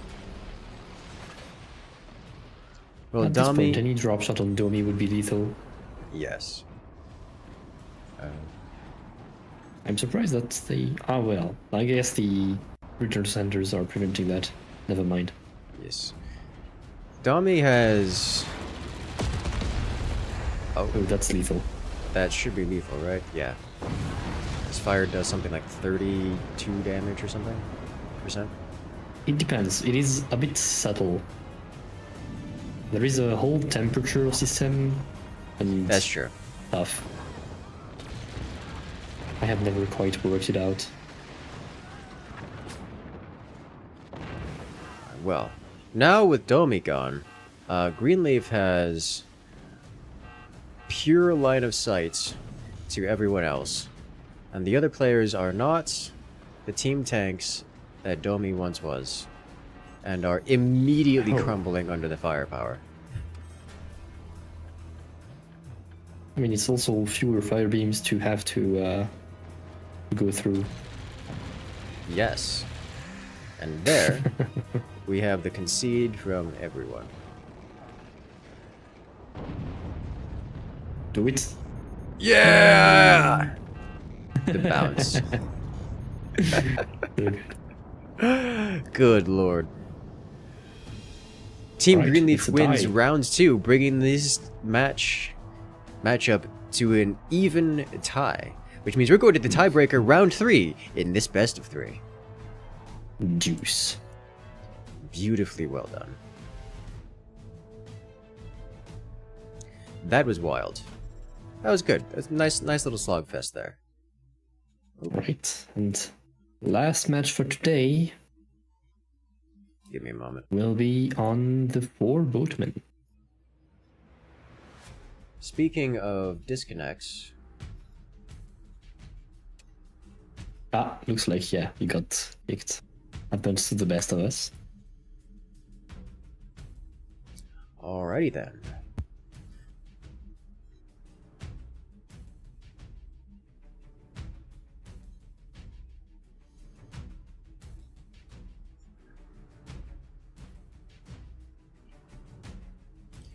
Well played, Team Greenleaf. Incursus Team 2. I'll do it! Go, go, go! I'm a competitor now.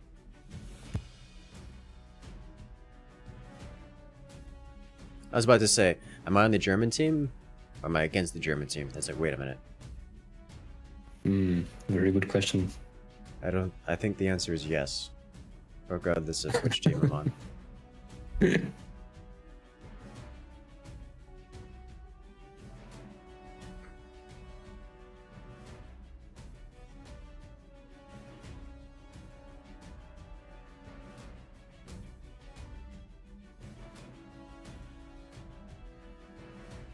It's wild. The four boatmen. The four boatmen is fundamentally similar to the last round we just played. Yes, it is the random chance which gave us this one. I mean, we're not gonna have battleships? Battleships non-Tanya? I mean, to be fair, there was a poll on what maps to add to the FPL, and battleships came to a tie with the other map that we actually added to the FPL. Ah. There was actually battleships in that poll, and for some reason, it came out on top. Look, I'm not surprised. It's just a fun map.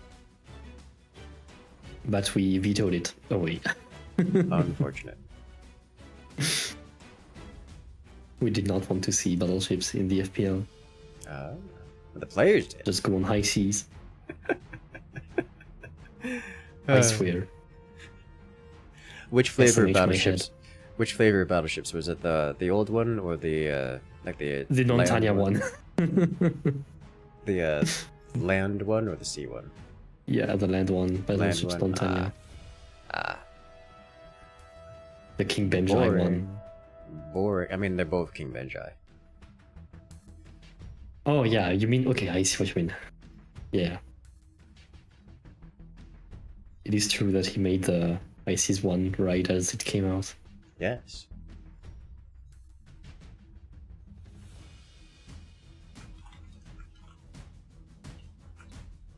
All right, last match for the day. I'm excited.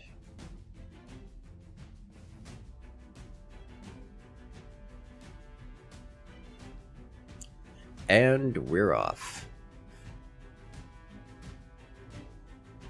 To round 2 in this best of 3.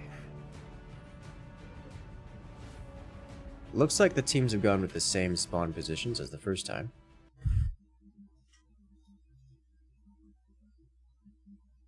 Yeah, let's restart. There was a false start. And by false start, we mean the internet died for one German in particular.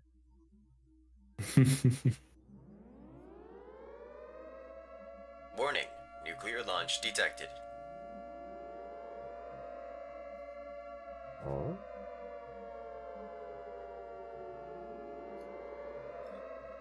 Oh my. Boom, boom, boom. Hey, All there it forces is. planet side. Okay. Orbital strike. For real inbound. this time. For For whatever real, for reason, real. all of my Streamlabs alerts are going off right now. After having been piling up since the start of the stream, it's fine. Everything It's fine. everywhere all at once. Underscore Incursus height. Why is it like this? Alrighty. Now we are off to the tie-break round in the final match of today, as here we have on the left-hand side, it's Team Artists. Mars, Derbenzin, and Domi are playing as the Hurricane Commander here in the 4 Boatmen. They're facing off against their opponents on the right-hand side in the red forts, it's Team Greenleaf. Hurricane and Moonshine will be the commander choices for these teams here. Vicro, Junistian, and Pan W getting themselves set up for what I can only imagine is going to be a long-term slugfest.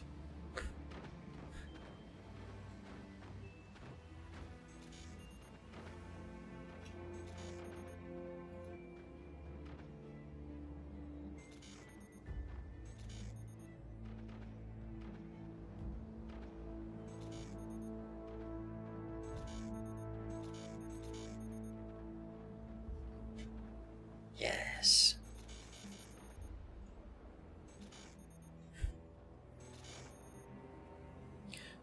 So the players did spawn in the forward 2 positions and then the rearmost position. This is true for both sides.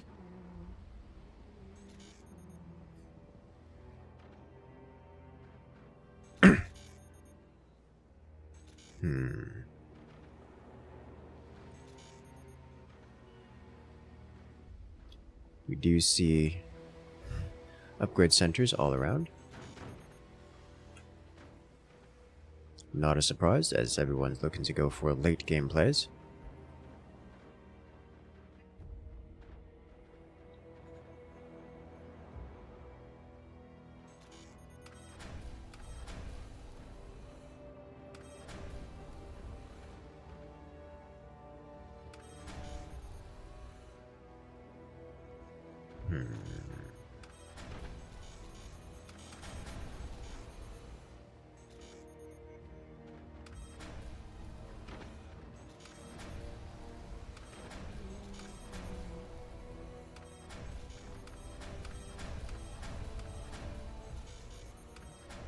Lots of upgrades for everyone. Alright, Vicro, what's the plan? It'll be orbital laser from Vicro, deck guns from Jurnistian. Pan W hasn't revealed, but I assume it will be standard cannons, as that is the meta play for those positions. Similarly, Domi hasn't revealed, but I am guessing that is going to be orbital laser rather than plasma. I appreciate the presence of top armor for Domi. Yeah. I think Domi's realized that he's going to be playing Team Tank and just needs to defend his fort preemptively from madness. Because madness will Every be angle. Yes, every angle. We do see Derbenzine going with an early airstrike option. I don't like his placement of it because it's going to get in the way of It will Domi go here. Into Domi, yeah. Yes. But it'll work for now. In the back, Mars is in fact going standard cannons, unsurprisingly. So Mars and Pan W, the two rear players for the teams, will be going lob shot cannon. You'll love to see it. The Renessian loading himself up with 2 die guns. I like that. I would love to see Dronisian going with a third one here. Because realistically, he's not going And to be under a lot of fire. He probably can in the front. Presumably. Or even on top of the core, perhaps. You know, I'd say I hate that idea, but I do that too. Just because, especially in this position where you're not going to get real pressure. I knew you would say that. You know, if you're going to explode, you may as well explode all the way. I mean, if a shot reaches there, you might as well be dead anyway. Exactly. What's the difference, you know? Missing the core by a meter, detonating everything within a 7-meter radius. What could possibly go wrong? Saw recently a meme about being off by 3 centimeters if you were like a biologist or an astronomist. Not the same. One is very happy, the other is fired. Yeah. I like Trinician's setup here. Very defensive. Also looks Does very it need pretty. doors? At least not right now. Yeah. That might not need doors ever, realistically. Realistically, yeah. Alright, first airstrike. Oh. Well, that was interesting. That is so cool. I have never seen that before. Gave it the old gravitational slingshot effect.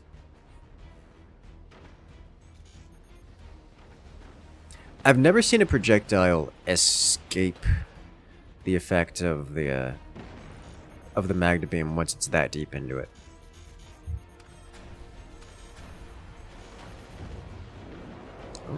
I guess it's Here comes because another he airstrike. changed teams by going through the portal.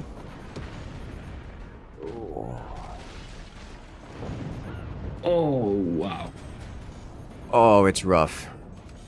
Triple cannon by 6 minutes 20 is crazy. Welcome to Hurricane. And here comes the... Oh, Yeah, I he's not guess. ready for it. That's gonna hurt. But he survives it. Enough sandbags. I guess Enough his setup was sandbags indeed. purposely to have those sandbag positions available. Oh, so it would seem. That's I like that smart. defensive setup. I may have to copy that. May have to In steal. the future, yeah. Oh, wow, critical wow. Massive damage. I did not see that. I didn't look at his defenses enough to see where he was vulnerable, but he was very clearly vulnerable. As More has another... happened in a minute than in the whole previous match. Yes. Holy smokes. He's gonna get hit no, again. again. He should survive this. It will not be... No! It touches... It just barely gets through enough to break it. Well, that's gonna leave... That's gonna leave the forward player for Team Artist in a clear, direct line of sight. I guess he would have had a clear, direct line of sight anyways, but... Greenleaf now is desperately going to require return descenders to hold to defend against firepower of this magnitude. I now have one camera hotkey which just points at water and nothing else. Gah.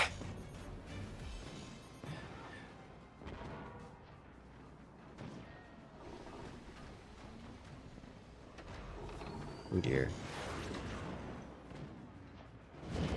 A green leaf about to be slammed by triple cannons repeatedly in the face. Yeah, that's not the world they want to live in. They need return descenders to stop the cannons from hitting their foundations, and they need something to stop the magna beam wraparound shots. Because these foundation shots are going to be the death of Greenleaf if they let that continue to happen.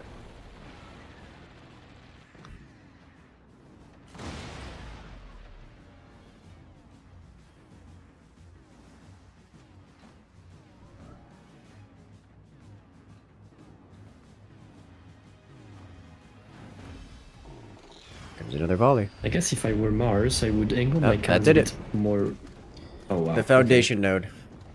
That's it. It gets I see. zippered. Oh wow. Oh, this. Perfect. What a way to end. Beautiful.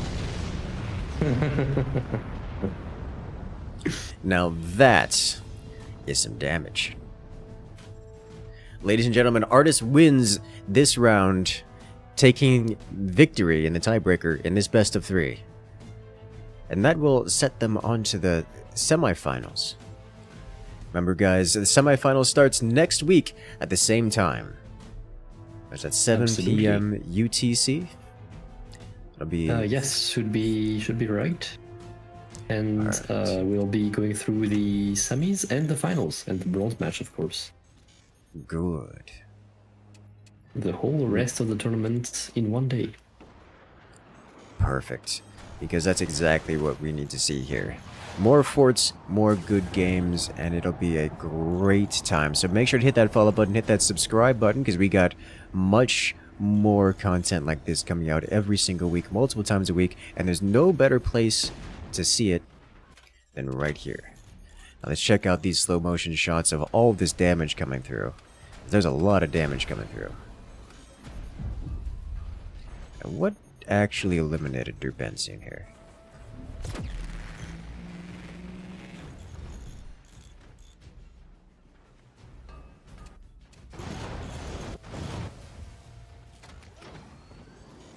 Is it a cannon? It's just a drop shot cannon that goes, oh, right to his foundation and knocks him out. Oh, what a shot. Just shaves off Artist here. Just shaves off, sorry, Dami, and annihilates Derbensian. A wild time.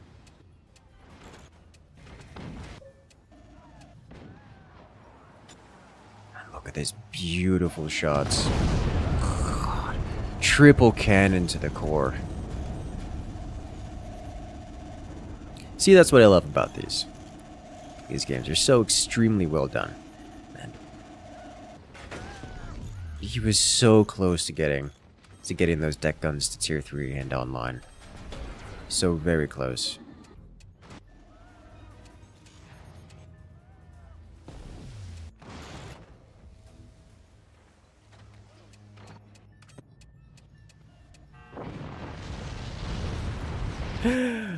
Oh my. Look at him get zippered here.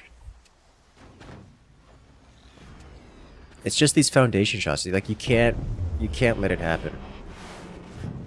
It'll flatten you like this. It's beautiful. Alright, ladies and gentlemen. I will see you guys in the next video. So make sure to check it out. Have a good one, everyone.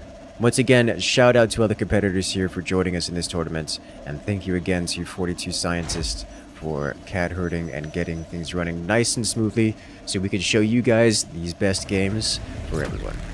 Without further ado, have a good night everyone, and I'll see you guys later.